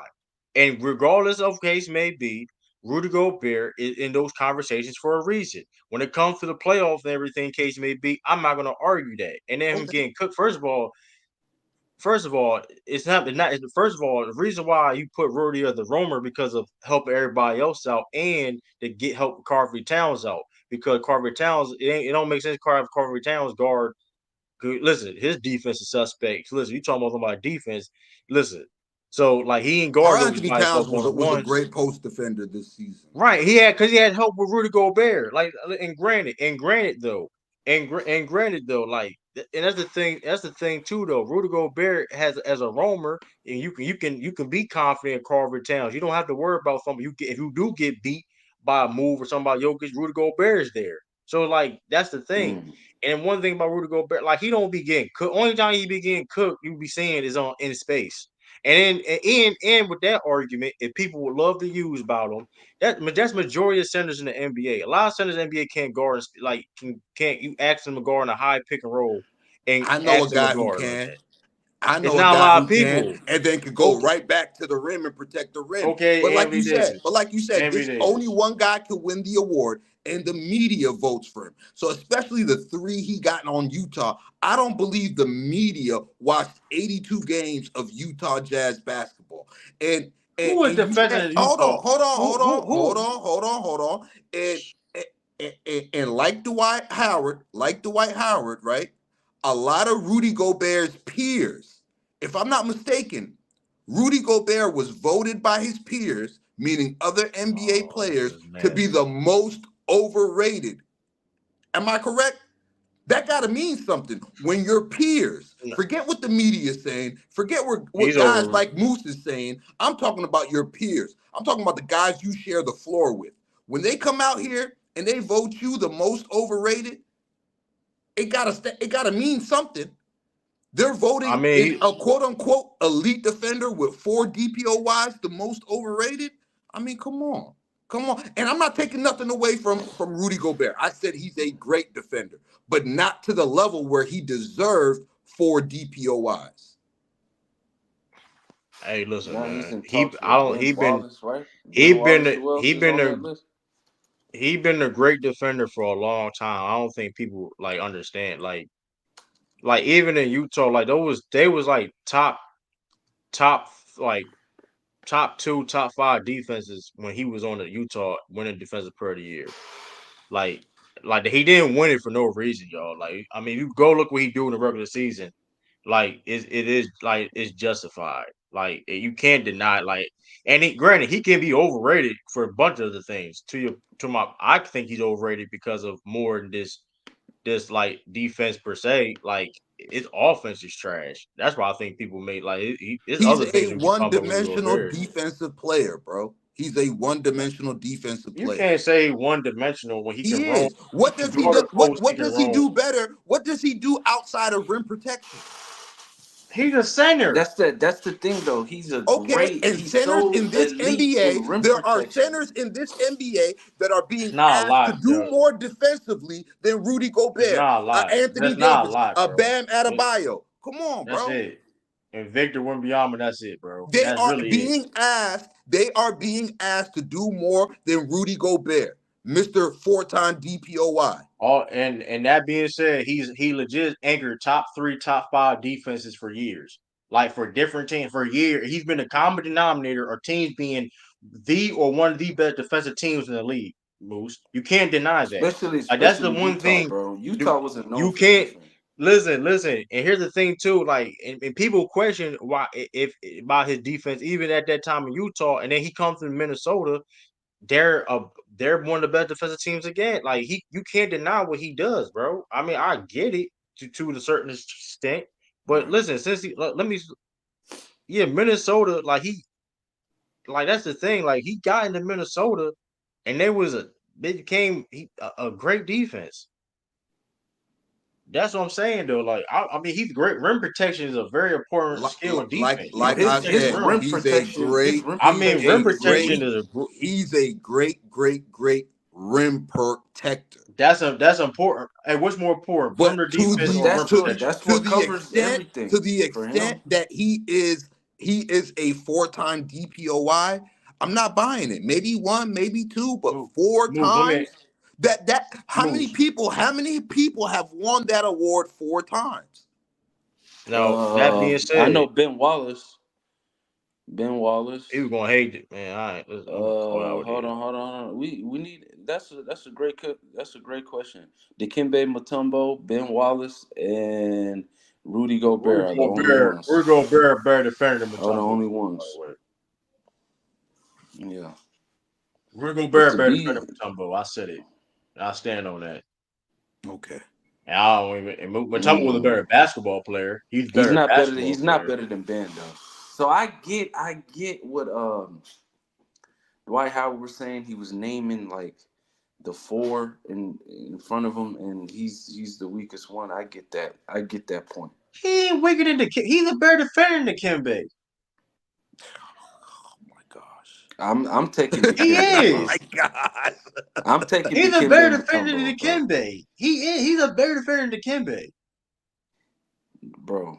He's strictly, bro. You may want to watch those highlights again, or you may watch. I don't care what them highlights say, and we play the Rudy Gobert highlights. 3.9 blocks a game is crazy. No, that's because you get more blocks. Hold up, don't. That's and then the rebounding too. Don't make you a better. That's because you get more. I mean, they pretty much do the same thing. If I'm being honest, if I'm gonna be honest about Mutombo, like they pretty much do the same thing. They are rim protectors. They're one-dimensional defenders. They're great rim protectors. Yeah, man. Rudy, he couldn't roam. He couldn't roam like Rudy Gobert could. Why couldn't he? He couldn't roam. Why couldn't he? He couldn't. Why couldn't he? You know why? You know why he couldn't roam like Rudy Gobert roam? You know why he couldn't roam the way? Easy. Hold on. You know why he couldn't roam like Rudy Gobert could roam? Because when Shaq come into town, when Shaq come into town, Mutombo's guarding Shaq. When Alonzo Mourning come into town, Mutombo's guarding Alonzo Mourning. When Patrick Ewing come into town, he's guarding Patrick Ewing. When Shaq come into town, he's guarding Shaq. He is not roaming and letting somebody else guard Shaq. He's not roaming and letting somebody else guard Patrick Ewing. He is taking that assignment. Rudy Gobert. Wow. Rudy Gobert is roaming because Minnesota feels they got a better post defender in Naz Reid. Minnesota feels like they got a better post defender in Karl Anthony Towns, man. First of all, why are you spreading these narratives like he wasn't a primary defender still? He was a primary. Like, why are you making saying he don't guard like Jokic is willing to be like that? We're not doing that, bro. He does that. He hold on. He guards Jokic better than technically he guards Jokic better than anybody in the league. When it comes to especially when it comes to how many times he match up with him, like per possession, things of that nature. Let's not do that, bro. He guards, if I'm not mistaken, he guards Jokic better than I think anybody, if I'm not mistaken, or it's up there. Yeah. So let's not make it seem like he can't guard Jokic. That was the game plan of, you know what I mean, because the weaknesses of Carvey Towns defense. That's why he was guarding Jokic because okay. You don't, because Carvey Towns, his defense is trash. So you have him guarding the space. He can't. His defensive awareness is not good. So we're going to have at least guarding Jokic. So if you do get beat on Jokic, whatever, we have Rudy Gobert. Even if he is playing good defense, Rudy Gobert is going to be there for the help every single time. So it's like, let's not do that. Like these other guys don't have that luxury. Bam Adebayo doesn't have that luxury. AD doesn't have that luxury. They don't have that luxury. They are asked to do more than Rudy Gobert, and they do more than Rudy Gobert, man. That's all I'm saying, you can bro. say, I'm not Gobert, taking nothing away from Rudy Gobert. He's a great defender. He's a great rim protector. But to the extent that he deserved 4 DPOYs, I'm not buying it, bro.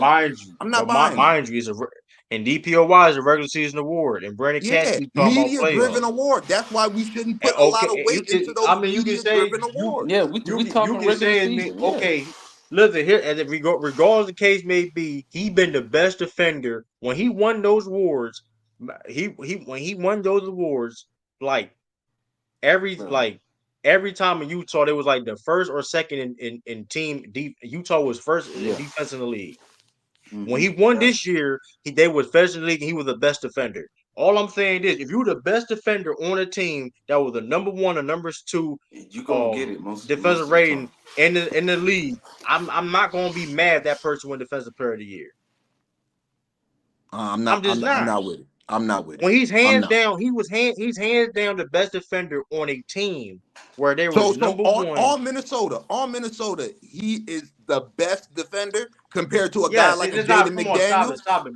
Yes, he's hands down better defensive than him. Oh my God! So let's not act like he wasn't getting cooked. Hands down. Stop it. Come on, bro. Come on, bro. All I know is come on, bro. He's great at what he does. I'm not going to take away from what he actually does, but he is a one-dimensional defender. And McDaniels is too. You said who? You might as well say McDaniels one-dimensional too. That man even, first of all, he need to eat a sandwich. The man not even 200 pounds. Come on, he's not even 200 pounds. Hold up. You come on McDaniels. Hold up. Rudy Gobert is a one-dimensional defender, a great one, a superb one. But I'm not gonna say this man is worthy of 4 when there's people that play the same position as him. There's people that play the same position as him that are asked to do more, that do more, and don't have the luxury of roaming when a great center like Jokic comes into town. They don't have that luxury to roam. Bam Adebayo does not have that luxury. Anthony Davis does not have that luxury. They are asked to do more, and they do more than Rudy Gobert, man. They don't do more than him, bro. Oh, you ask anybody on that team. Come on, you ask anybody in Minnesota, bro. You ask anybody in Minnesota. Come listen, on. Brandon, they're more. Listen, they are more versatile defenders. They're a more versatile defender. With that being said, outside of rim protection, what does Rudy Gobert do defensively He's a center. that is better than Bam Adebayo, that is better than Anthony Davis? All I know is this: he's a big man, correct? We all know they're a big man, correct? They all big men, correct? They all big men. Yeah. But what's the big man main job defensively? Rim protection. You got to cover the rim. Who do that? Who do that better than anybody? Who argue that better than anybody? He's elite. He's elite at that. All right, that's all. That's all. That's a cook. That was a slight cook. Before he that's got not to no Minnesota. Slight cook. That's not the only thing he's asked to do. How are you an elite defender and the only thing you're asked to do is protect the rim? When there's people at their same position that are asked to protect the rim, go out there on the perimeter, guards, race back to the rim. Like, we're not about to do that, bro. We're not about to do that. Shout out to Andre. So why Jokic be cooking? Jokic be cooking 80 every time he see him. Yeah, hold on. Let me say this. Yeah, let me say this real quick. Moose, you could say that about Minnesota. I get that. But what about Utah, though, where he was the only defender there and doing everything for them? What about that? Bro, that's really a slight to that team, bro. Right? That got to. What do you mean that was a slight? We never looked at Utah as a defending team. You ain't watched Utah for 82 games. How many Utah games have you watched in your life? No, you're right. How many Utah games have you watched in your life? Hold up. You can't do that though, Moose. I watched it. Hold on. I did Hold on, how watch many I give Utah you- I Jazz give you games? that. Are you I guys give you watching Minnesota. 82 games of Utah Okay, but Jazz look. basketball? But look, Moose, Stop it. I'll I give you watched- Minnesota. hold on. He has the luxury to play with a good perimeter defender, and he got Jaden McDaniels. Okay, we get all of that. But he didn't have none of that in Utah, bro. Exactly. What about Can I that? piggyback on that point? And like I said before, you like I said, you don't have to necessarily watch or whatever or all watch what you can just go back. And let's say use the point that you didn't have to necessarily watch because you know their second best defender was Royce O'Neal, bro. Let's stop it. Their second best defender was Royce O'Neal.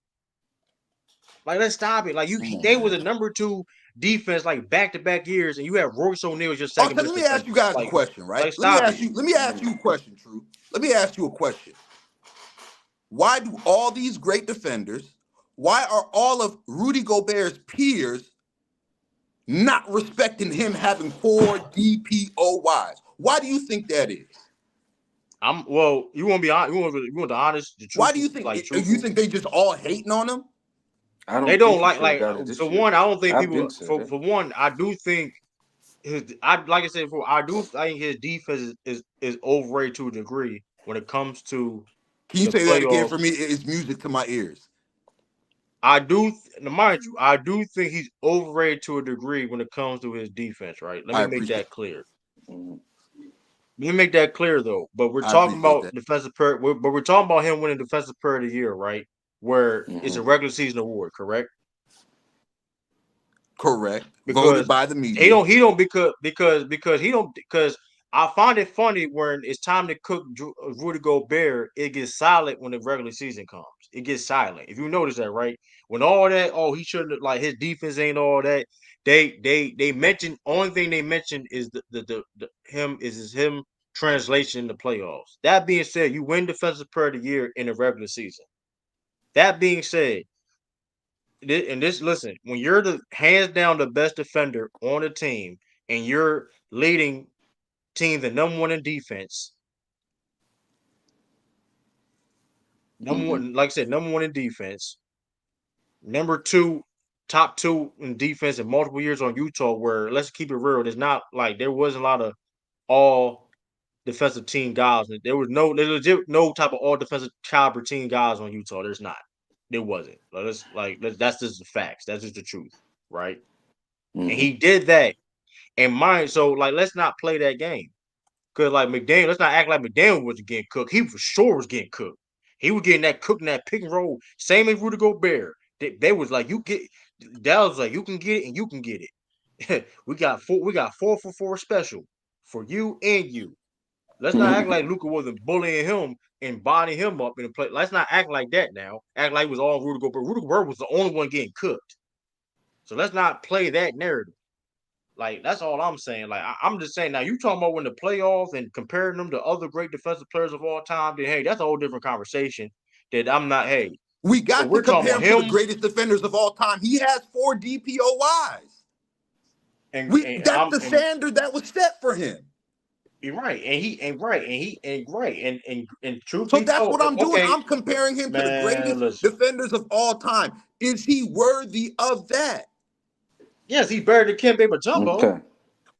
If you want to say that, then okay, he better than Kembe. Yeah, multiple defensive player of the years. I think let's run down the list. You said he's not better than Kembe, right? Got 2. Don't Mark Eaton got 2. Let's go big man. Don't Mark Eaton got 2 DPOYs? So what does that tell you, True? No. If Mark Eaton got 2 DPOYs, Rudy Gobert got 2 DPOYs, but there's guys like Anthony Davis, there's guys like Tim Duncan, there's guys like Kevin Garnett, there's guys that's like Garnett won 1. Okay, he won 1. This is what I'm talking about. This is what I'm talking about, bro. But that being said, though, nobody's saying Rudy Gobert is necessarily better than those guys per se. Ben Wallace not been nowhere near defenders those guys we named. Even the Kembe Mutombo either. So that your point. That's because you went 4 defensive player years. So true. You think he's better than Mutombo and Ben Wallace? I ain't gonna lie though. Those the only players that got 4. I'm not gonna lie. Is he better than a prime Dwight Howard? No, defensively, he's not is he better better than the prime Dwight Howard? No, he's Okay, not. No, he's okay, No, he's not. okay. No, he's So not. we are comparing. But Rudy Gobert because of the 4 DPOYs. We are comparing him to the great people at his position defensively, and compared to it does he look like he's deserving of 4 DPOYs? Does he look like he's an elite defender to the upper echelon of those guys that you believe? Come on, man. I'm gonna answer that. I'm gonna answer that. And listen, Bandit, you talking about I need my first of all basketball license. Listen, only thing y'all talk about with the Dikembe Mutombo defense when he blocks shots, bro. Let's stop that. Let's. I ain't the one that brought up Mutombo, man. I'm just saying. No. We have to bring up Mutombo because that was in the video. He's a 4-time Defensive Player of the Year, and Ben Wallace and Dikembe are the only ones who have done that as well. And if you look at people that play on this team, what they talk about him defensively, they're gonna say the same thing about Rudy Gobert though. Let's not act like Rudy Gobert. It is what it is, but listen. If you're granted, only one person can win Defensive Player of the Year. Did have Rudy Gobert got lucky per se? Sure, you got. I mean, some luck got sometimes playing the part, right? Whatever, blessed, whatever the case may be. But we can't act like it's ridiculous him to win it when he led a Utah team to a top 2 defense and then go to Utah and go to Minnesota and be the number one, led him the number 1 defensive team. And mind you, they're the number 1. Mind you, he's hands down the best defender on the team. And mind you, and what makes that more even impressive, how like Timberwolves were one of the best teams in the league last year. The Timberwolves offense was not good like that. They were the average offense. So that even plays in the part too. So I mean, it is what it is with that. It is what it is with that. You can run your blood pressure all you want to. It is what it is, bro. This is the truth. Why we trying to make it seem like a guy that was one that the dude was number 1. Crazy, I'm just saying it ain't a coincidence that he's been an anchor on great defenses for years. This is for years now. It's not like it's for years. Do you know how hard it is to be a defensive anchor for years? Where finally now on Minnesota, he has great defensive talent that he can play against. Before that, the other 3, what great defensive talent that he played with on Utah to win 3? I'm just saying, bro. That's just the proof. I'm just saying.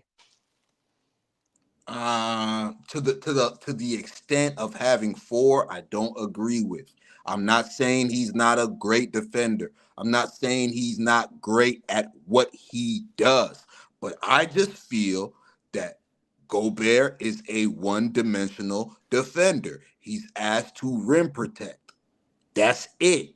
He has one assignment. He has one assignment. You said who? Dwight Howard too. Dwight Howard was one-dimensional too.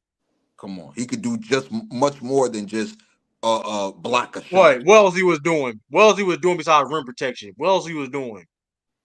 I'd say he was blocking shots and getting hella. He was grabbing about 16 rebounds a game. Rudy Gobert's a good rebounder. Rudy Gobert's a very good rebounder. Come on. What else he was doing? What else was Dwight Howard was doing? I see far too many people. Dwight did it better. I see more. I'm not even going to go that far. I see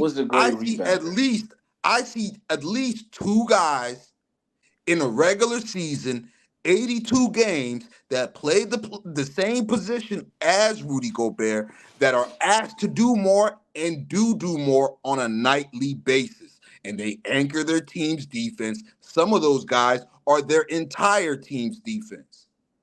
That's all I'm saying. I'm not going to argue that, right? I'm definitely not going to argue that. But we all agreed though that the number 1 thing about defense, the most important part about defense in basketball is rim protection. That's the number 1 viable skill defensively to have is rim protection. If you can't protect the rim, then you're going to be basically in trouble. It is what it is. You're going to be in trouble. You can't protect the rim at all, right? Because that causes a bunch of things to happen. collapsing, layups, three, a bunch of things that happen. That being said, like if Rudy Gobert arguably the best in the league of doing that, correct? So it's like we can't just because he may be limited in other things that other guys can do per se, doesn't take away the That has fact to that what he count for can do. something. Okay, Xavier Tillman can then do Do not bring up more Xavier versatile. Tillman in this Hold discussion, bro. up. No, because this Xavier is okay. Tillman, We bro, can name. for real. Hold up. This is relevant. We can name a bunch of we can name a bunch of different type of centers now. Like what we saying that can guard, that's versatile. We can name a bunch of other centers. Chet Holmgren. And so it's Chet Holmgren. Just because Chet Holmgren is versatile, he can defend better than Rudy Gobert. No. So what are you saying? It does. That's because you're more versatile defender. Don't make you necessarily better either, though. Well, in this case, it does. When these guys play your position, they're if not better than you rim protecting, they are close to you in rim protecting. Plus, these guys can guard out on the perimeter and get back to the rim when needed. These guys do much more than what Rudy Gobert is asked to do. Now, since you're putting on this cake for Rudy Gobert, where do you have him rated in top 10 defenders of all time? This elite defender, Rudy Gobert, with 4 DPOYs, where does he rank in the upper echelon in the NBA when it comes to defensive players? He's not my top 10, but you don't got really? He's not in your top 10. He's not my top 10, DPOY? but I do know this though. Being elite don't make you necessarily be top 10. Just because being a lot elite of people with 4 elite. DPOYs should though. It should though. Being elite with 4 DPOYs should make you a top 10 defender of all time.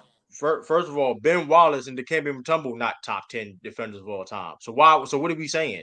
Just because you got 4 defensive player of the year don't make saying you don't necessarily make you a top 10 defender. So do you agree that these media awards inflate players' legacies or players' careers or players' resume?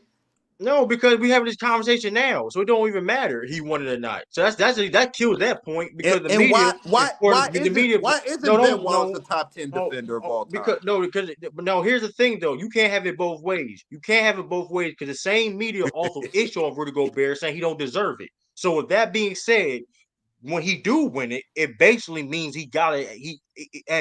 The truth is in the pudding, correct? Because you can't deny the impact he brings defensively.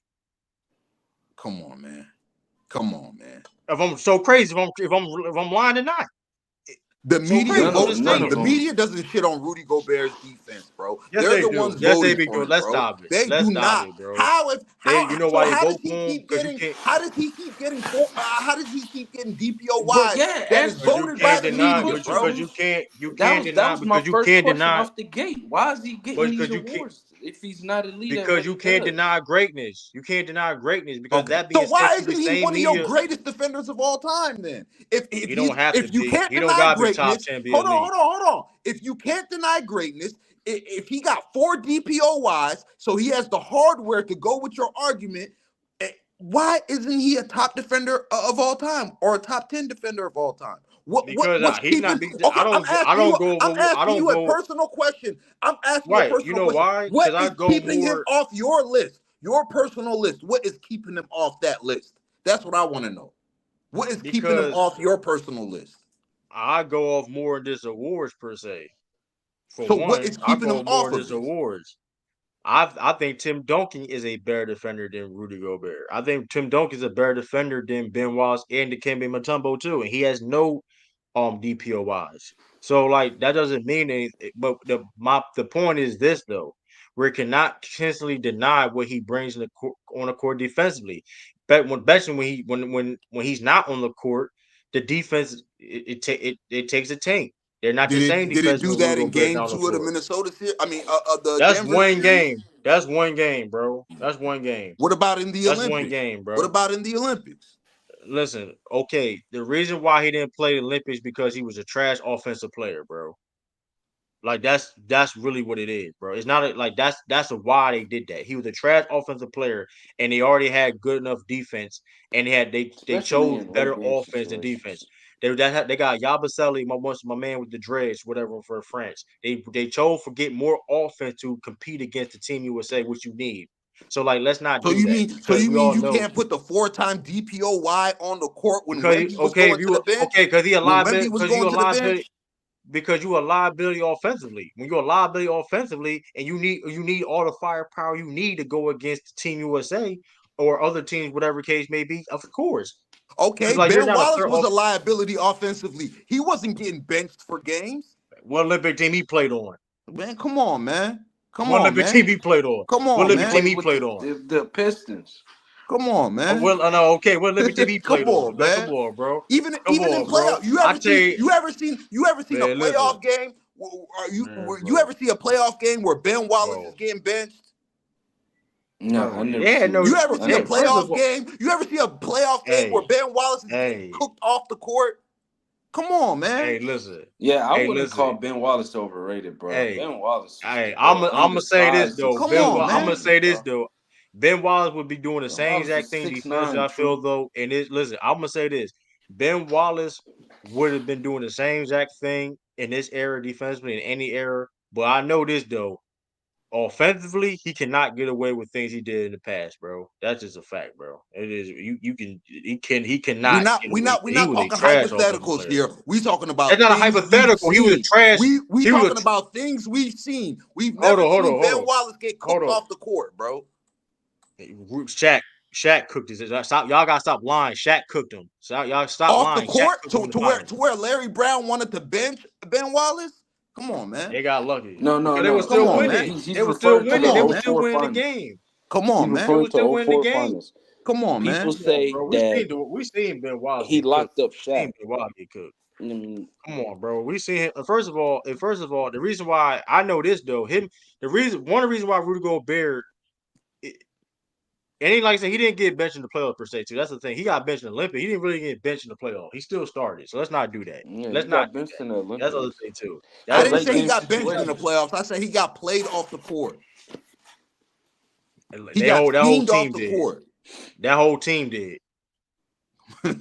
Say they did. The whole team did. The whole team did, bro. The whole team did. The whole team did. So let's not play that game like they didn't get beat in 5 games. They got beat in 5 games, bro. They trying to blame on Rudy Gobert like Anthony Edwards. But you still haven't told me he was getting cooked. If Rudy Gobert is that guy and he has the hardware to back it up, he has 4 DPOYs to back it up. He's an elite defender. He deserved every one of those 4 Defensive Player of the Year awards. Then why isn't a guy who's that great a defender that you're arguing not on your top 10 greatest defenders of all time list? Because I look at more things than just awards per se. But I will say this about him when it's talking about all time. He's definitely, and from his generation, he's definitely the best defensive big in his generation. No, he's not. No, he's not. If you in his generation, he all in that conversation. He's definitely not in that conversation. Besides AD and like Draymond Green. Yeah, Moose, he answered your question, Moose. No. Let True finish. Besides AD, besides AD. But here's the thing: listen. That being said, too, though, just not acting like AD ain't played with no great defensive talent compared to not last year. Okay, and that was what defenders he had. That's a year where Gobert won the award. That's a year where Gobert won the award. But it's a double standard. No, but we can't do that. So it's relevant. That's a year where Gobert won the award.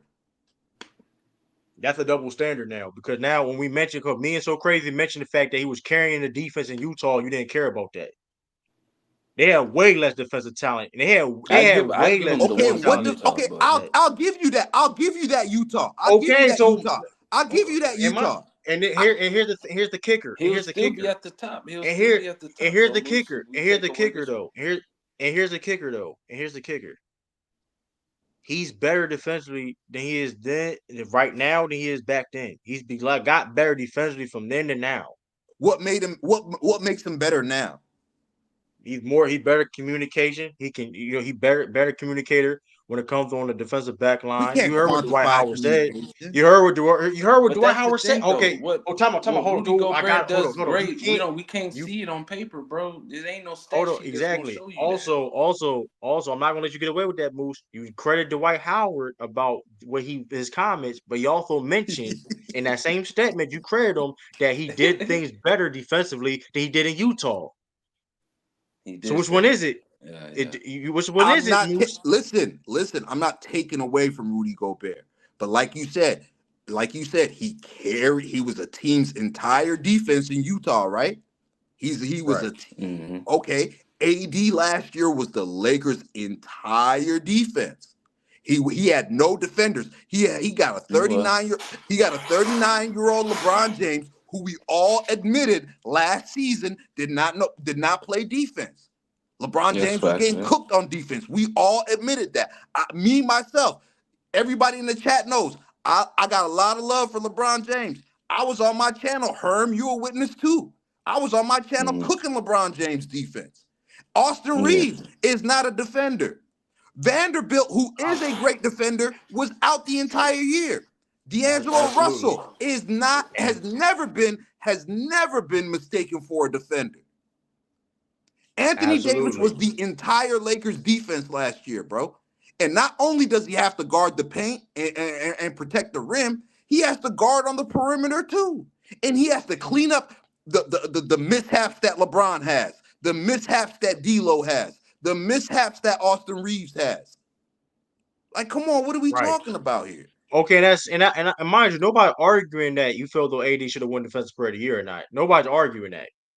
But like I said in my statement before, first of all, I never said Rudy Gobert didn't get cooked in the Olympics at all. I said why like Brandon, you just talking. I never said that he didn't get cooked. I said the main reason why because of offense. But that's neither here or there.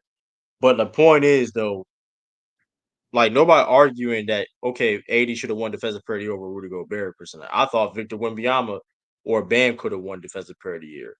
But the points still stand though. They all was deserving of winning that award.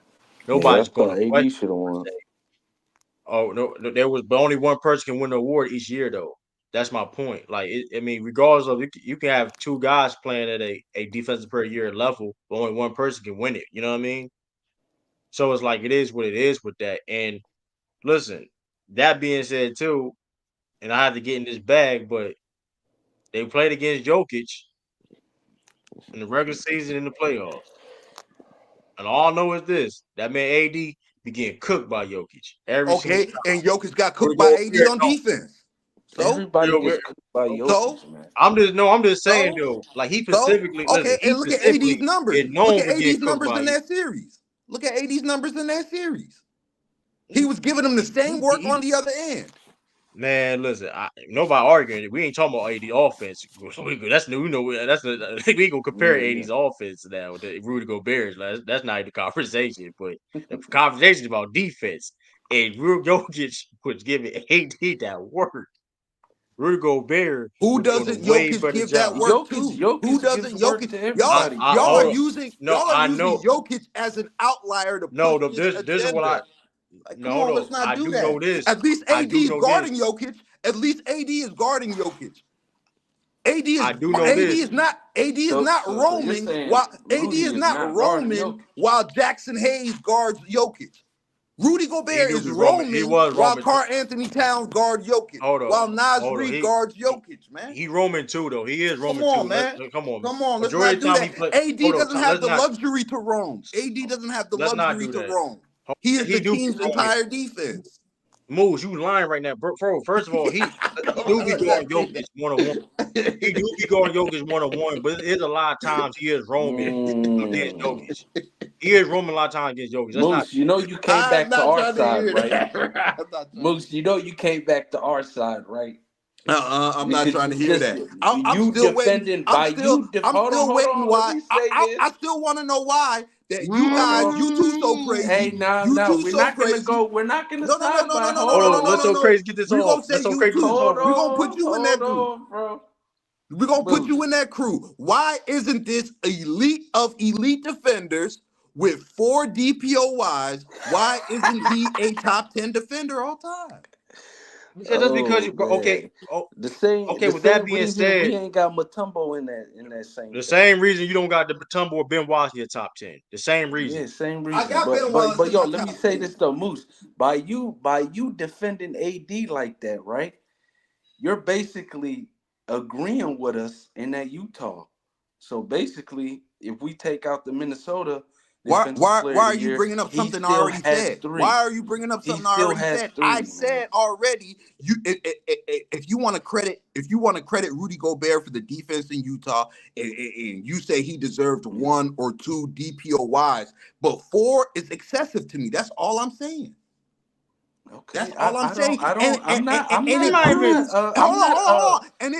trying to get on you for that. I agree. I take away Bro, the I thought Minnesota. Bam or Victor should have won it over him But last you year. did agree with us, though.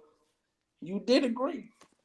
I'm just, all I'm saying, it moves. Bro, I It said this moves. about So I 15 think minutes ago. I said it. I'm like, if you want to give your Gobert 1 or 2 in his Utah run, I'm cool with that. Is he a great defender? I'm cool with that. He's an elite rim protector. I already stated all this stuff. But for it to be 4 DPOYs, 4 in a I understand that generation where we see other great defenders not even get 1.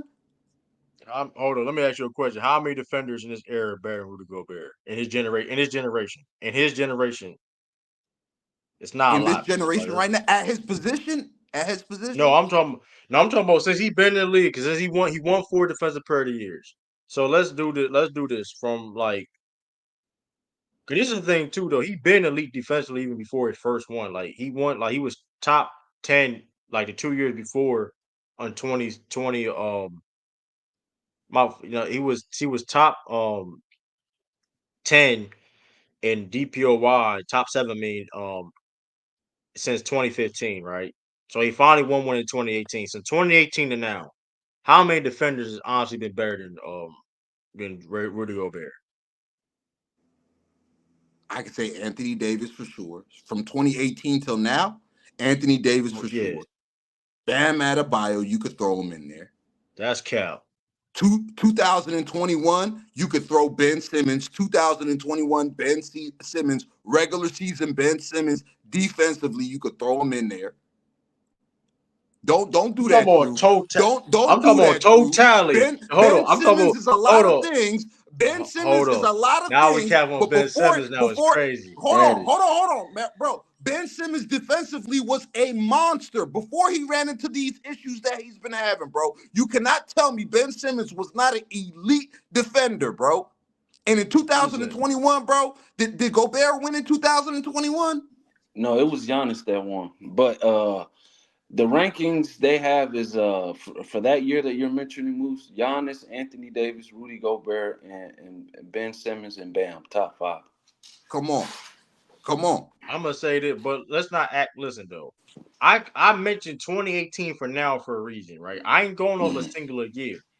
If you truth be told, and besides, and the only person you can argue is AD. I'm not even mad at AD.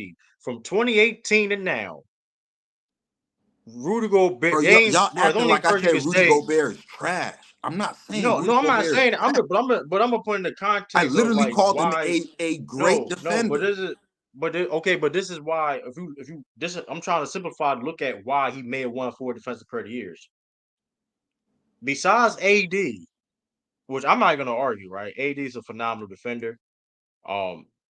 Phenomenal defender. I got him like he's phenomenal. I didn't say Rudy Gobert necessarily a better defender than AD. I'm just saying we're just talking about the deserving award of a DPOY, right? If you really look at it, from 2018 to now, besides AD, which, like I said, we all can agree, okay, cool. There's nobody else that's better defensively from 2018 to now. You don't think Giannis is better, or even in all that right, bro, ballpark? all right, you lost me. Come on, no, hell no. Hell no. I mean that's your hell no. It's not. I'll give you AD. Besides AD, there's nobody defensively been better than Rudy Gobert. Nobody That's just else, the truth. bro. That's just the truth. Okay. That's just the truth, though. Okay. That's just the truth. Okay. Like I'm just saying, Kawhi, like better than Kawhi, better than, like it is what it is. It's the truth. Kawhi don't count. He's not on the court enough, man. Giannis ain't on the court either though. Past 2 years, that's neither here or there. But listen, listen, listen, hey, you put it out there. I'm just saying, you put it out there. You threw the lob. I'm gonna dunk it. You know what I mean? It is what it is. But the point is though, like I'm listen. If you really think about it, because mind you, I agree that DPOY doesn't make you necessarily a better or greater defender, right? It's a war only one person can win each year. But besides AD, he's since 2018 to now. That's we about to. That's you're not gonna put Bam in that 8 years and count. conversation. That's 8+ years. You're not gonna put Bam in that conversation. From 2018 to now, it's been Rudy Gobert, bro. Rudy Gobert been better defensively in more years than Bam has. So 2018 till now is how many years? That's 4. It's what, 6 years? It's like 6 years. How many seasons? Yeah, 1, like 2, 3, 4, 5, 6, 7. 7 seasons. That's 7 seasons. 7 seasons. 7 seasons. So 7 seasons. Rudy Gobert been definitely better defensively than Bam. If you're talking about 7 for 7 total seasons. So you feel like for 7 years, the only person in Rudy Gobert's in total. I'm not in total. In total. Bam's best season was this year that just passed. Defensively, yeah, that was his best year. Okay, so about 7 years he's been. Let's give it to him. At least top 5. At least top 5. Yeah. Let's give it to him. For 7 years, he was the best defender in the league. 7 years, he's won 4 DPOYs. It makes sense. If you look at, but you feel like he's a bit overrated and he doesn't make your top 10 list of greatest defenders. Because of other reasons. Listen, like I said before, when it comes to him like matchup in the playoffs, which technically it's not even all his fault either though, because we can get to that because even when it comes to that, like him, Rudy Gobert, any center that's guard that, mind you, there's not a lot of centers that can guard in the pick and roll when it comes to like guarding in space and switching, right? Who are the ones that can though? I mean, still though, Rudy Gobert is all about, but still though, Rudy Gobert best attribute is protecting the paint rim. Okay, you wouldn't put in that same year, in those same years, that same 7-year gap, you wouldn't throw a guy like Drew Holiday in there? I still say no. I mean, now if you talking about overall career, that's different. But you talking about 2018 and now, I still say Rudy Gobert. Okay. Like Rudy Gobert has been really that. I mean, if you just look at it like that, like now you want to argue that those certain years he shouldn't have won it. Cool, that's whatever. Certain years, whatever, cool. But you said you said the Utah years that's cool. That's still 3 though. Yeah, I'll give him 2. You know, he got 3. I'm not mad at it. Oh, here we go. I'm not mad at it. Give him 2 is crazy. But listen, I'm not mad at it. What's the difference in Utah? What was the difference in Utah all the 3 times? I'm not mad at it. I'm not mad at it. But I'll give you that. I give you that. I'm not mad at it. I just said that. I'm not mad at it. You know what I mean? But last year, that one really irks me. Last year really irks me. I feel like it was given to him. Why does it irk you when AD? Okay, when it's all said and done, I think AD gonna be projected as being a better defender than Rudy Gobert. So why is it going back to my point? Tim Duncan never won Defensive Player of the Year. Scottie Pippen never won Defensive Player of the Year. Those 2 guys are regarded as the greatest defenders of all time and top 10, whatever. Mm-hmm. They never won the BOY. So it's not that really a big deal like that. In my opinion, it's just not that big of a deal like that. I mean, you would like somebody, that, but I would think, you know what I mean? I would think True the King would have Gobert on one of his top defenders of all time. It's not my criteria. You don't know my criteria. We can get on. That's a whole other video stream. That's a whole other video stream. You know what I mean? I'm just saying like this because, like you said, I never said that he's the best defender in the league. That's why he should have won it. I just said he has Defensive Player of the Year season. You know what I mean? Okay. So it's like, hey, I'm just saying at the end of the day. I mean, and like I said, he's the best, hands down, best defender on those teams where they are one of the best defensive teams in the league. That's all I said, man. But I mean, hey, I mean, listen, is he the best defender of this generation? She's up there. You got Draymond Green.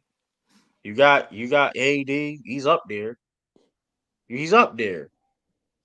Okay. Kawhi, you want to mention Kawhi? He's up there though. Okay. And that's all that really matters at the end of the day. Yeah, If you up there with that company, you up there with that Kawhi, company. yeah. Okay.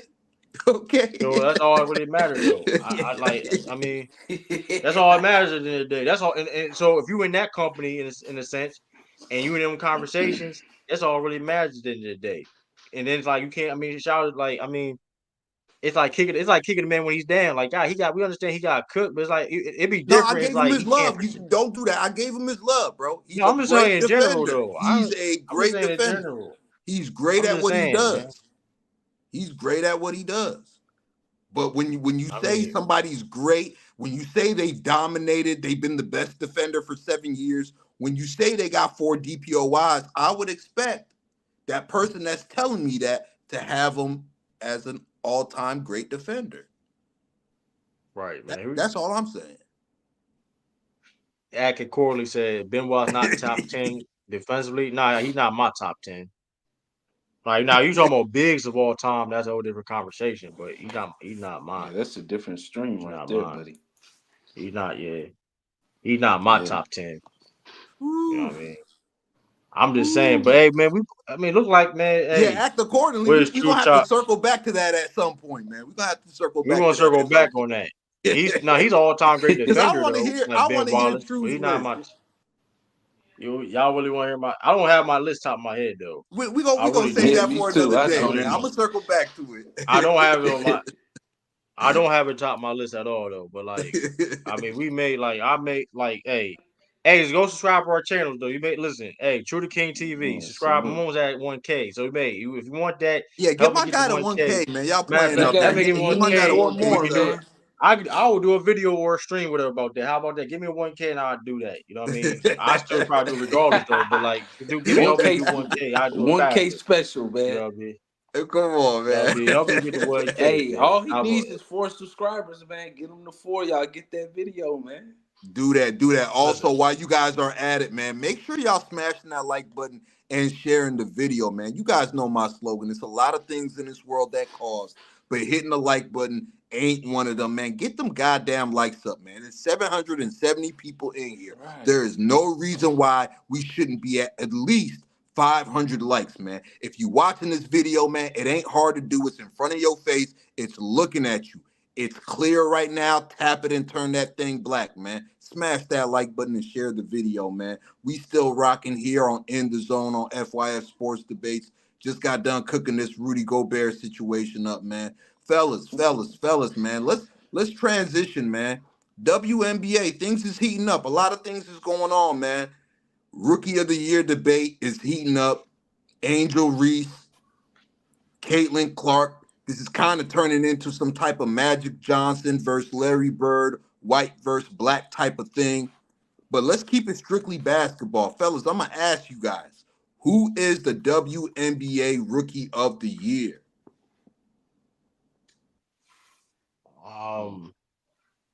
For me, I think me personally, I'll give it to Angel Reese and Caitlin Clark. They You both going have Jason phenomenal Kidd and Grant seasons. Hill on us? I'm not even mad at that. Why not? Why not? You promote the league. Why they bring this traction now? They reason why we having this topic. Both of them. It takes two to tango. And Yeah. you know what I mean? And Yeah. that gave and my like you answer said, on the both been crossover. balling. I think they both been. And I think they both been balling. You know what I mean? Andrew Reese defensively and her rebounding is. Listen, she's probably. I mean, she's my opinion. She's the best female rebound I've ever seen in my life. It's crazy what she doing. Her rebound is insane, and she plays great defense.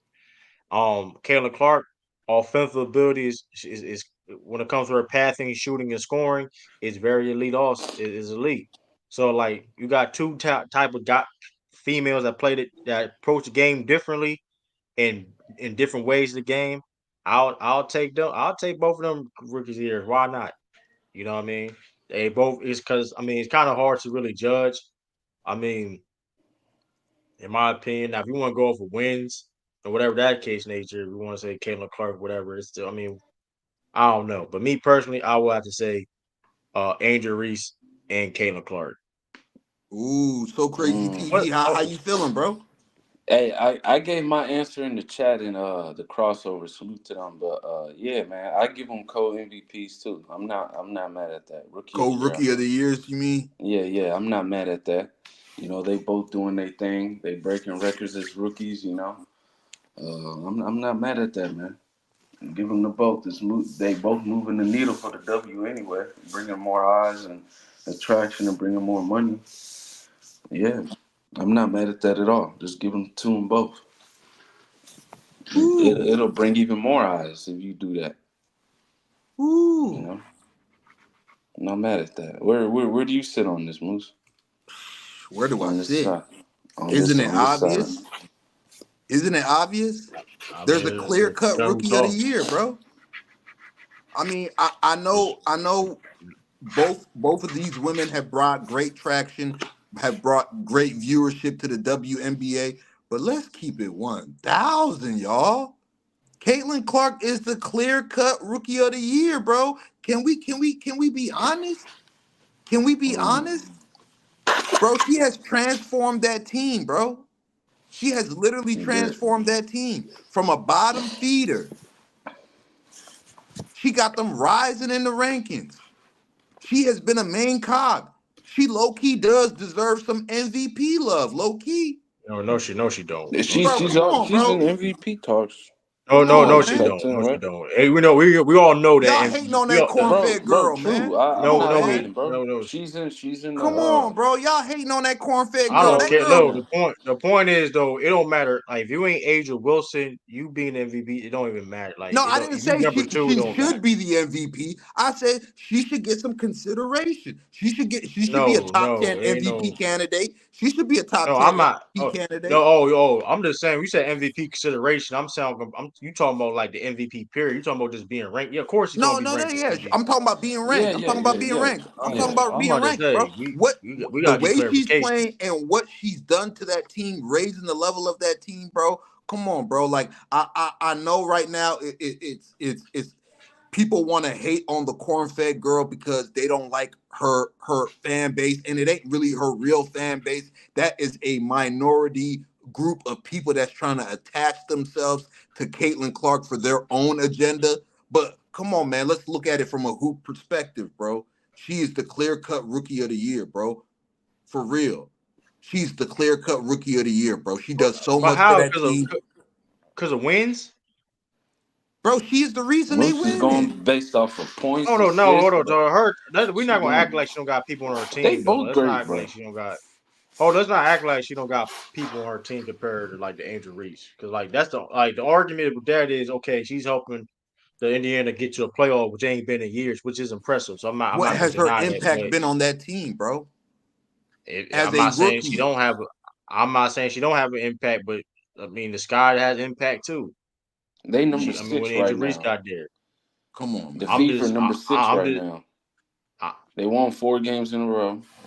They 10-8 right now. No, 17 and 16. How many games the Fever won in a row? What, 4 or 5? Yeah, 4.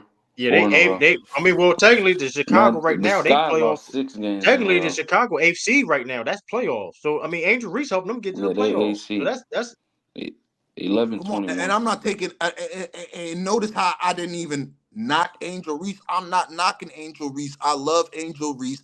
I think the people that are hating on her rebounding her own misses, I think that's a BS narrative. She's doing her thing, bro, and I love her game. But you guys said rookie of the year, and I'm not going the Grant Hill, Jason Kidd route. I feel like Caitlin Clark has been the number 1 rookie in the W, bro. Right, but with that point though is reason if you look at that Jason Kidd and Grant Hill is very similar. Like people thought Grant Hill had a better rookie year, whatever, but somehow I went back and looked at it. It was like, well, because Jason Kidd would never bona fide go-to scorer like that. And his Zimmer's, you know what I mean? His similarities, you know what I mean? The limitations of the offensive ability of Jason Kidd at that time, and look at Angel Reese now and things she brings to the table uniquely, you know what I mean? Jason Kidd with her passing, fast forward, Angel Reese with her rebounding. So it's like, I mean, at the end of the day, And Caitlin Clark is breaking records too, but Angel Reese, like she's having the best like rebounding season of all time in Yeah, I'm not NBA taking history. nothing away from her. I'm not taking So you nothing away. kind of have to account that in Rookie of the Year. You kind of have to account that in a sense. I am counting it, and I'm saying to me, Caitlin Clark is above Angel Reese. I feel like she does more for her team. I don't I feel know, like man. she does more for her team. She's more of an impact for what she has to do. You know what I mean? So I feel like, bro, it's not a knock towards Angel Reese. Angel Reese has been balling. She's a menace on the glass like we haven't seen before. You know what I mean? A lot of people knock her for it, but rebounding is a skill. Nobody knocked Dennis Rodman for missing a bunch of shots at the rim and getting his That's own a rebound. fact. Like, you know what I mean? Don't knock Facts. Angel Reese for doing that. That's a skill that she can go right back up and get her own miss. You know what I mean? Right. And for y'all to say that, you know what I mean, she can't make a bucket and she's shooting 36% or whatever she's shooting from the field, it don't matter. She getting them boards. If And y'all she know she averages gonna miss and 13. she can't shoot and she can't score, how are y'all letting her get all those boards? But at the end of the day, I just feel like Caitlin Clark is the undoubtedly the rookie of the year. I mean, I don't know. I mean, like you said before, like it's not gonna be like a big, like I said. Hey, if Kevin Clark wins it by herself, whatever, I mean, it is what it is. But funny thing is, Angel Reese said in the comments saying that both of them really don't care about it like that. They care about more You know, mainly their they team winning. competitive. They care about their team winning more than anything, though. That's what Angel Reese says. It was like, I mean, Butch. I mean, it is what it is. Um, I mean, I don't know.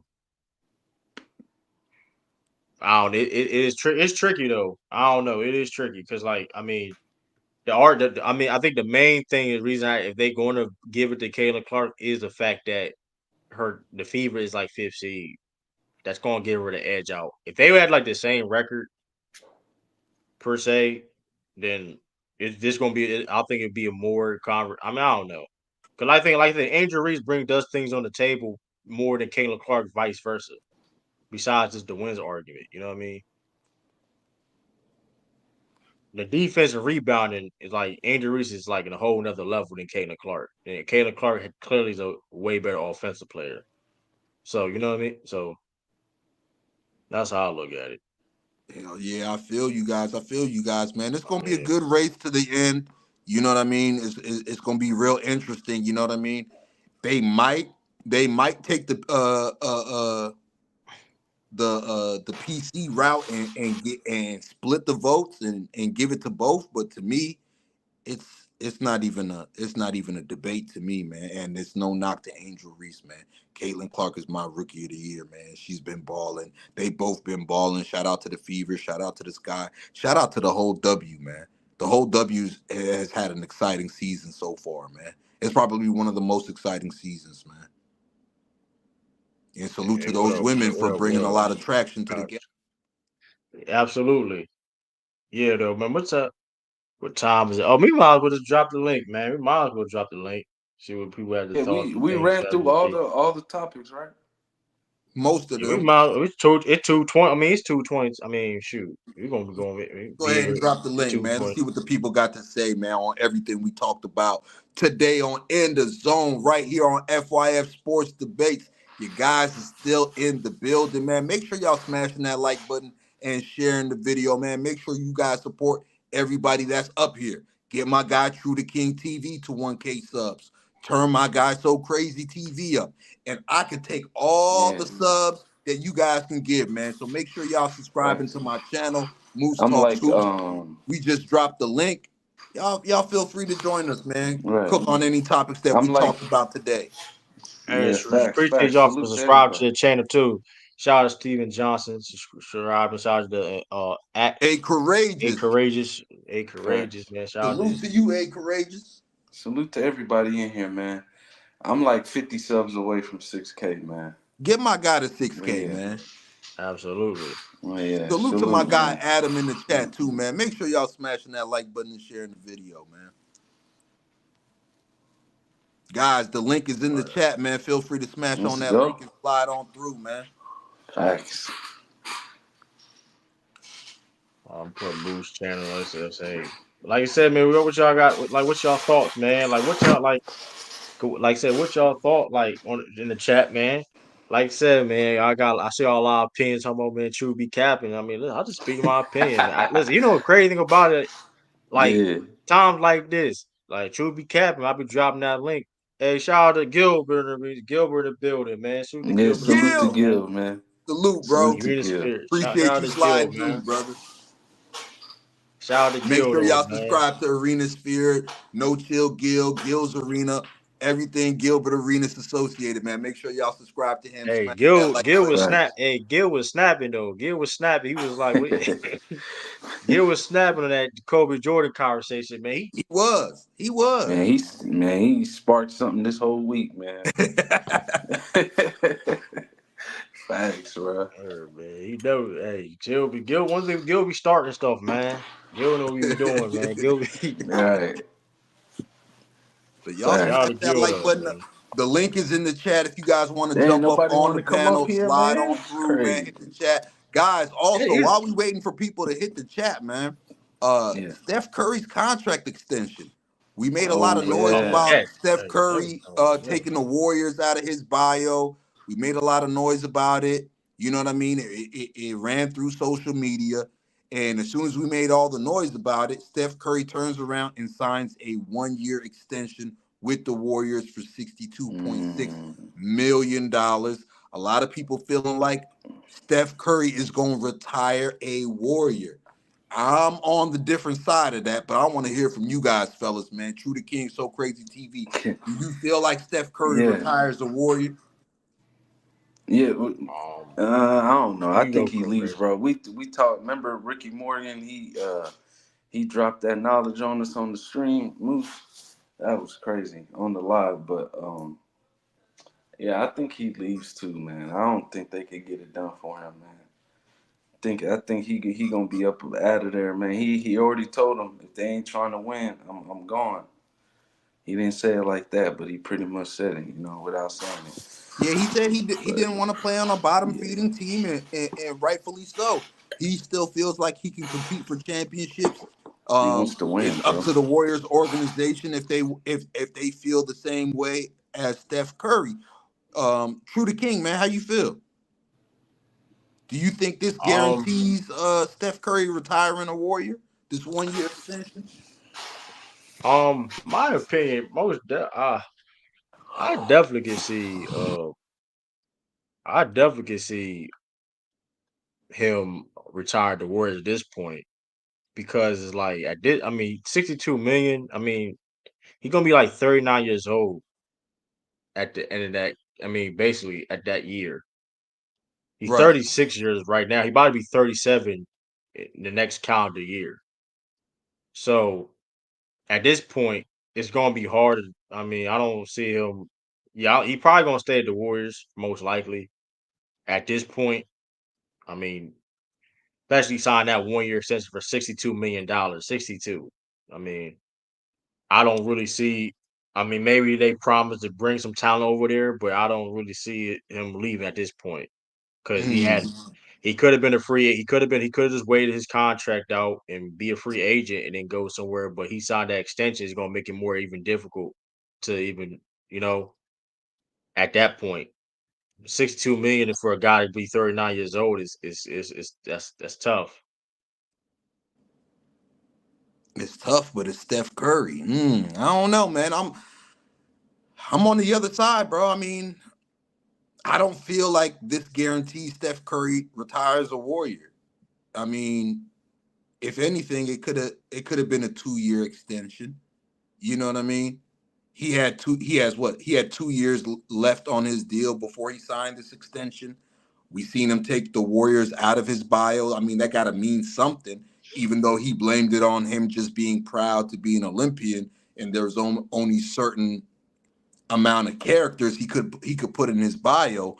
But I kind of feel like him signing a 1-year deal helps him and the Warriors if they both explore trade. The Warriors could tell a team trade that's trying to trade for Steph Curry that they want more assets because you got Steph Curry for 3 more years or 2 more years with this 1-year extension, and that can guarantee Steph Curry could play for a championship somewhere else and still get paid that $62.6 million, man. Because I don't know, I don't see Steph Curry going the Kobe route and sticking around with one team. And the Warriors, I don't feel like they will get better, because in order for them to get better, they're going to need draft picks. And they're going to be out of the playoff picture. If you look at the Western Conference right now, I don't see where the Warriors get into a play-in situation. So I don't think this guarantees Steph Curry retiring as a Warrior. Even though I could be fooled that it might happen, I don't see it, man. I see him ending it somewhere else, man. Unfortunately, even though that'd be great for his career to retire and play in one jersey, I just don't see how that happens, man. The Warriors are stuck between a rock and a hard place. They're trying to do a soft rebuild, but you got Steph Curry, who's 36. You got Draymond Green, who has a beard full of gray and a receding hairline. I mean, it's over. You know what I mean? And the sooner they realize it and the sooner they press the red button, then the sooner that they could get better for the future. I mean, you guys jacked off the pick and where you used where you drafted James Wiseman. Moses Moody hasn't turned into what you guys thought he'd turn into. Kuminga is now starting to turn into something, but he wasn't developing in Golden State. Jordan Poole got punched on and traded away. I mean, that was the Warriors' future, and they abandoned their future, and here they are. Steph Curry at the twilight of his career, and in the Western Conference, when it comes to the playoff picture, they on the outside looking in, Brody. So I don't feel like Steph Curry retires a Warrior. And if I'm Steph Curry personally, I'm going to Joe Lacob, Mike Dunleavy Jr., and whoever's in that front office, and I'm saying, hey guys, it's been great. I'll forever be a Warrior. I'll see you guys when you put up my statue, but I gotta go. I still feel like I got something in the tank. I still feel like I should be competing for championships. So, I mean, that's my take on it. You kind of wilding. I'm wilding for that.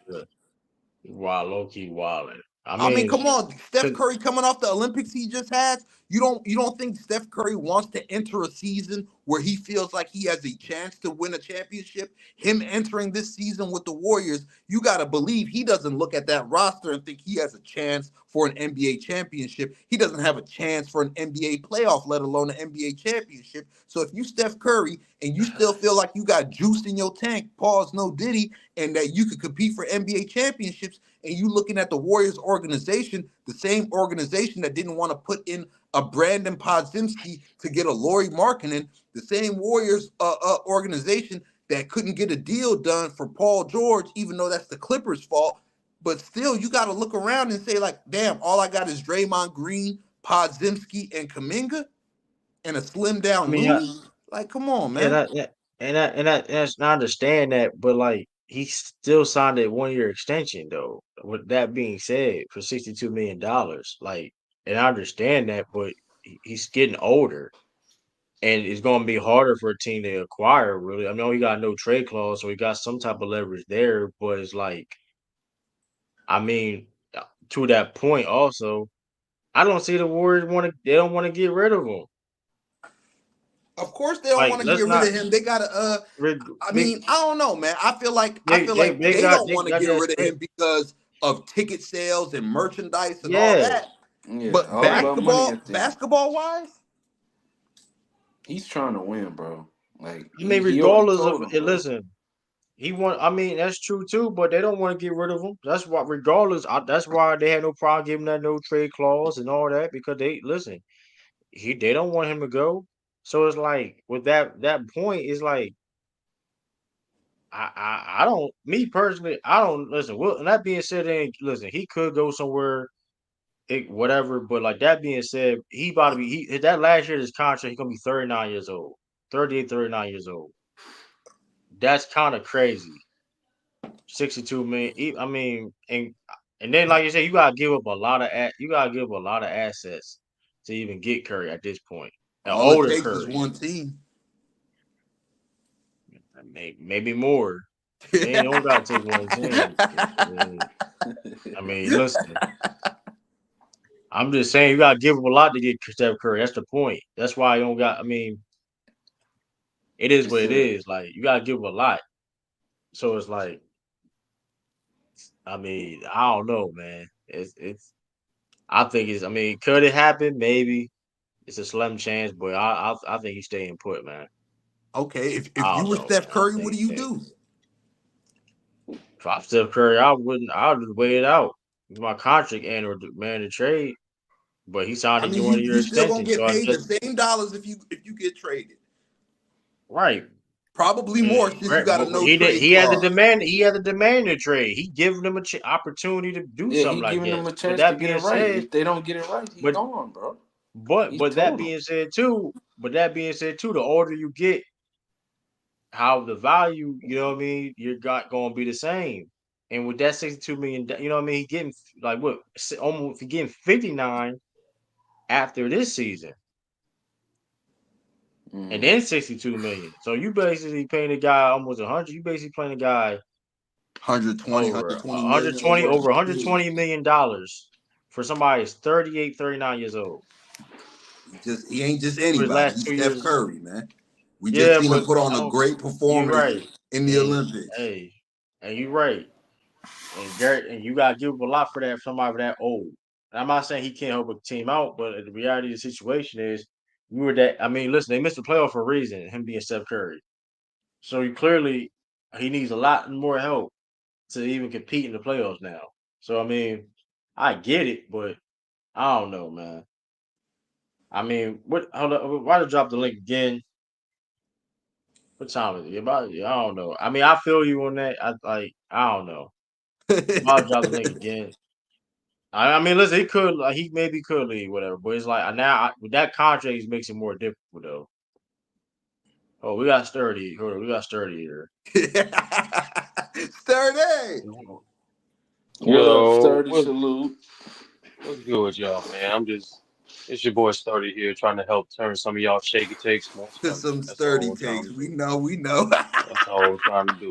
Well, it's been an interesting there's some interesting takes, man. Interesting episode. I'm proud of y'all brothers, but I felt like there's certain things that were just that's a little inconsistent, man. First of all, starting my brother Moose. On one hand, right, when y'all was discussing who's more skilled and better between Kobe and Jordan, you was responding to the chat in regards to them mentioning some of Kobe's situation, his teammates and whatnot, and you was telling him, and you did say something along the lines of, despite the teammate, you have to judge the guy based on what they're doing and their skill set. You know what I mean? So, but on the other hand, when it came to Rudy Gobert, when True and So Crazy reminded you that he was this impactful before he got into a defensively stouted team like the Wolves, you had to be reminded that, brother. You know what I'm saying? So, and then you kept forgetting that in the way you kept emphasizing the fact that other guys were asked to do more. When Moose, we all know, anybody that knows about team sports, like the more talented teammates you play with, the less you're asked to do. It's just that simple, right? And I thought it was a good counter I thought it was a good point by True to remind you that Dwight Howard also said in the same video that Rudy's shown best ever been. He said Rudy was more mobile. He described Rudy showing up on more pick and rolls and help. And another thing too, in regards to since we're on Rudy, right? I disagree, brother. He's not a one-dimensional defender. Despite how you feel about Rudy Gobert, it's not one dimension to me means you're just good at one thing defensively. And I don't think that's described Rudy Gobert. You know what I'm saying? There's a good amount of things he's good defensively at. Well, like describe we all know, for me, brother. No problem. I got you. Since you asked, you have obviously the roaming, as you guys eloquently put it, the defensive rebounding, which True tried to remind you of, but you didn't want to accept that either. Then, believe it or not, Rudy Gobert is one of this generation's best post defenders. He is good at that by the numbers and by the film. Another thing too that he is good at is we all know it's important, and you can prove on film is communication. See, and that's why I left in the chat that like when it comes to Rudy Gobert's reputation, especially as a defender, it's only getting told one-sided, right? You notice like people aren't sharing the comments of Joakim Noah, a former Defensive Player of the Year, saying, "Oh, Rudy Gobert was deserving of this year's DPOY because of the other things he does defensively." Or people try to forget. KG said early in the season how Rudy Gobert is one of the contenders for winning DPOY because of the things that don't show up on the stat sheet. I know this moves, right? A lot of people, when it comes to the reputation of Rudy Gobert, they don't like to emphasize the truth on both sides. They don't like to mention the truth that only favors their argument. You know what I'm saying? Don't you find that odd? Like, don't you find that odd? Like people only say one side of the story, but not the I whole gotta thing. go against the grain. I gotta go against the grain here and there. I gotta go against the grain. Okay. No, I just noticed that, right? When people keep saying like Rudy isn't this, isn't this and that third because this player said this, but don't want to bring up the quotes of his peers and other great defensive players describing how great he truly is. I don't know. He's know what a I'm saying? great That's one defender. aspect. I give him that. He's a great defender, and he's an elite rim protector. He's a great defender. He means a lot for the squads that he rolls on. But go ahead. I just want to land it with the Rudy point with this, right? To quote Joakim Noah on the OG podcast with Donis Townsend and Mike Miller, being a great defender isn't just what you do and how to defend your assignment, your guy. Being a great defender is how you help your teammates and elevate your teammates. And on numerous streams, and True can attest to this, how Lamont does numerous breakdowns on this very channel on FYF on the amount of times Rudy Gobert have to make up for a lot of defensive lapses from his team. As a matter of fact, he did it again, even despite him missing game 2 for the birth of his child. He still showed great defensive impact during that series too, on and off Joker. And that's another fact that just don't get talked about enough. You know what I'm saying? Like, he's not just a roamer. If you watch him play objectively, he's doing a great job. He's being a great defensive anchor. And so when people like True has the opinion of he's arguably one of the greatest defenders of his generation, he has the merit to stand on that. And it's not just the defensive player of the years. Because like, I agree with you. Just because you have 4 DPOYs should justify your place automatically amongst the pantheons of other great defenders. And that's my main point. Yeah, but we understand that logic. You know what I'm saying? A lot of people don't have Mutombo on their top 10 defensive list, despite him having 4 DPOYs. You know what I'm saying? They don't.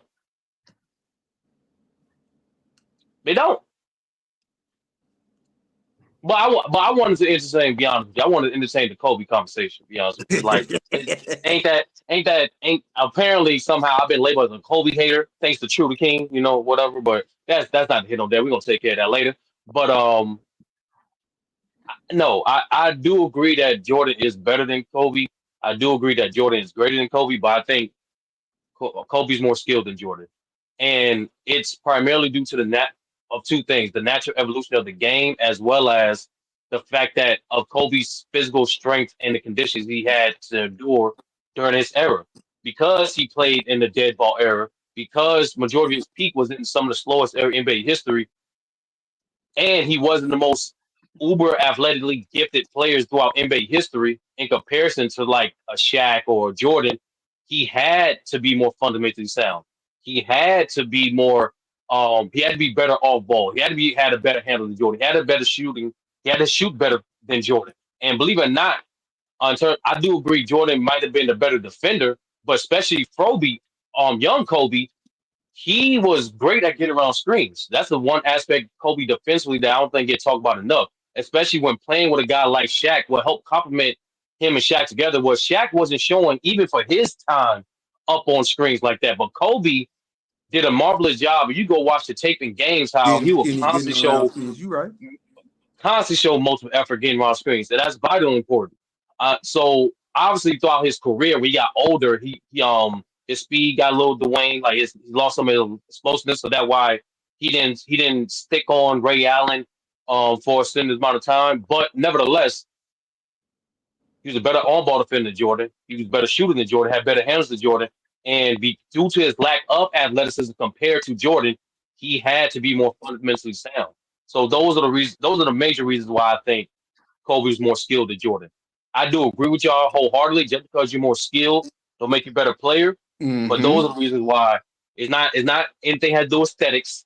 I'm talking about when people describe skill, they mostly describe the abilities that the players are displaying and how consistent they are and how they apply those skill sets. And in my opinion, Kobe Bryant is in discussion for arguably the greatest all-around skilled player that we ever seen. Skilled player, okay. Skilled player, not all-around, but skilled. Well, I think you're in the discussion for the biggest liar on the show because there's absolutely no metric that shows that Kobe's a better shooter than Jordan. Jordan's mid-range shooting numbers completely shit on Kobe's. It's not remotely close. And Kobe had nowhere near enough volume for three for that to overcome his better shooting in the mid-range. I mean, Jordan's dribbling between defenders. He's dribbling between his back. Jordan clearly has a better handle than Kobe. He's a far better shooter. Like, these people come on here. They talk about how Kobe's more skilled than Jordan. What are you citing? You're citing nothing. All of the stats say Jordan was a far better shooter than Kobe. All of the tape says Jordan had a far better handle than Kobe. I mean, Jordan's more efficient against better defenses. Jordan's more efficient with less talent around him. Jordan had elite efficiency against an all-time great Pistons defense because of his shooting and his handle and his skills. Kobe is playing with Shaq his first 6 years in the NBA. I mean, there's no metric. There's no – Kobe is a great player. He's not more skilled than Jordan. Yeah, that's I mean, like I said, I think when people say, like Brandon says, the metric that Jordan's better in the mid range, right? What was Jordan mid range stats in 1993, Brandon? Okay, I don't give a shit about 1 year. Jordan shot over 60% in the mid range for half of his career. I mean, the mid range numbers are not. I'm sorry, Brandon. What? No, you said you have to have substance to back up these claims, right? So what? That's forget 93. How about anything prior to 96? What was his mid-range numbers? So I want to compare it to Kobe because you all know 96 to 98, 3 years comparison to a whole career isn't a fair sample size, right? So enlighten the people, Brandon. Where can we find Jordan mid-range numbers prior to 1996? Yeah, so there are a number of, like, I've heard this argument before. It's incorrect. So even though most of the official tracking sites started tracking mid-range shots in 1997, these sites have gone back. You can go back and watch the games from the 80s, even in some cases in the 70s, and look at the mid-range shooting numbers. So there are a number of sites, and I'll put the link in the private chat, that cite the mid-range shooting stats from before 1997. But even if you look at the stats when they were tracked, and you don't even need to look at the stats, you can watch the games. Michael Jordan was a far better mid-range shooter than Kobe Bryant. Michael Jordan has a far better handle than Kobe Bryant. I mean, Michael Jordan's dribbling between his legs, through his back. He's splitting double teams. Kobe Bryant is not doing that. I mean, yeah, my bad. I'm just loading up, but yeah, so far the numbers for the 3-point shot that's not true. For their prime, Kobe's shooting better. No, I didn't argue that point. Kobe was a better 3-point shooter than Jordan, but he had no real volume. Despite Jordan had the advantage of playing in multiple seasons where the line was shortened, Kobe, was more efficient from three than Jordan for his prime. But that's one number to back it up. I'm looking at the free throws right now. Jordan shot about 84% from free throw, and Kobe shot about 84% free throw for their prime. So yeah, so when people have numbers to back that up, you can bring that up too. Another thing you can bring up too, the fact that when people argue better handles, just watch the film, Brandon. Like, we've seen Kobe, due to his era and also the style of play, he was better than Jordan in terms of navigating screens. He had more array of moves in terms of handles, in terms of getting out situations. I get it. Jordan, I'm not even arguing Kobe being better, but in terms of skill, which is in teachable abilities that you can teach your players so they can develop over time. In terms of this, we're talking about basketball. That's Kobe Bryant. That's Kobe Bryant. Okay. How many? Wait, hold on. How many years did Kobe Bryant shoot better than 60% in the mid-range in his entire career? How many years? 60%. You don't know, so I'll answer for you. The answer is one in his entire career. Okay, so Michael Jordan shot better than 60% in the mid-range for his last 3 years in the NBA, and that includes 2 fucking years in Washington when he was 90 years old.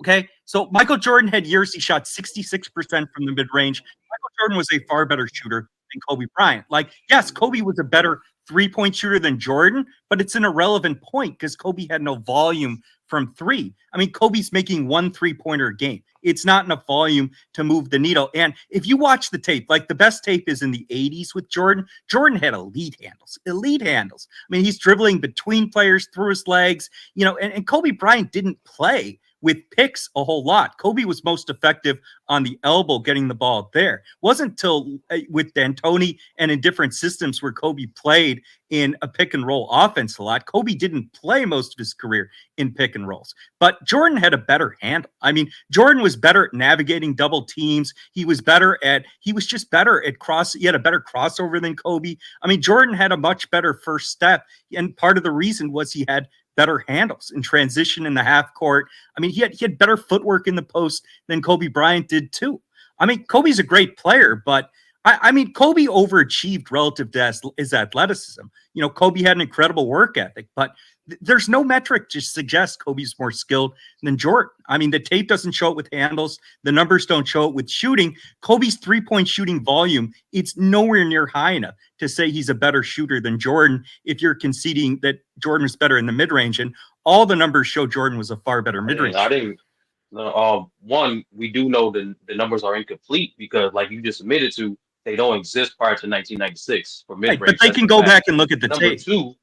Number two, yeah, and that's actually what I'm doing. They didn't. I'm actually doing it because if they did, they would have tracked the numbers. All right, now how do you feel, Brandon? But anyway, there are metrics providing that fact that Kobe was a better shooter than Jordan, which I just mentioned with the 3-point shooting, the free throw shooting. But I want to come back to this point, right? With the first step aspect, that's athleticism. First step is literally your explosiveness coming from face-up situations, exploding to the basket. That's athleticism. Transition, primarily paid off as athleticism. When it comes to mostly skill situations, that has been Kobe, even by the metrics. There's no metric for handles, duh. But when you watch the tape, I don't understand when people say this too. When people say when they see Kobe, they see Mike. And I don't know what media propaganda lens they seeing through, because number 8 Kobe played nothing like Michael Jordan. Nothing. But that's not to you, Brandon. That's more so to the other point these brothers were saying too, how we all know the media has some sort of have propaganda to in comparison everyone's Michael Jordan. If you're a shooting guard who's uber athletic as a two-way player, you ain't gotta be a shooting guard. Because let's not forget, before Ant, they weren't implying that Jimmy Butler was his long lost son too. like we're not gonna forget. Like, let's not pretend like the media did not have decades of doing this. Who's gonna be the next Michael Jordan? Let me ask you this, 30. Let me ask you this. Bro, am I lying? Let me ask you this. Did Jimmy Butler play into that? Did Ant Edwards play into that? How did Jimmy play into that? I need to know. No, he didn't. That's what I'm saying. He didn't play into it. Right. No, with Butler, it was a little different, though, because there actually is a rumor that Butler's an illegitimate kid of Michael Jordan. I don't think it's true, but the rumor with Butler wasn't because of the way Butler played. It was more just because of that rumor that Jordan was his dad. Yeah, you get what I'm saying? I remember like Jimmy started in Chicago, but the rumor didn't surface up until what? He started balling out in the playoffs.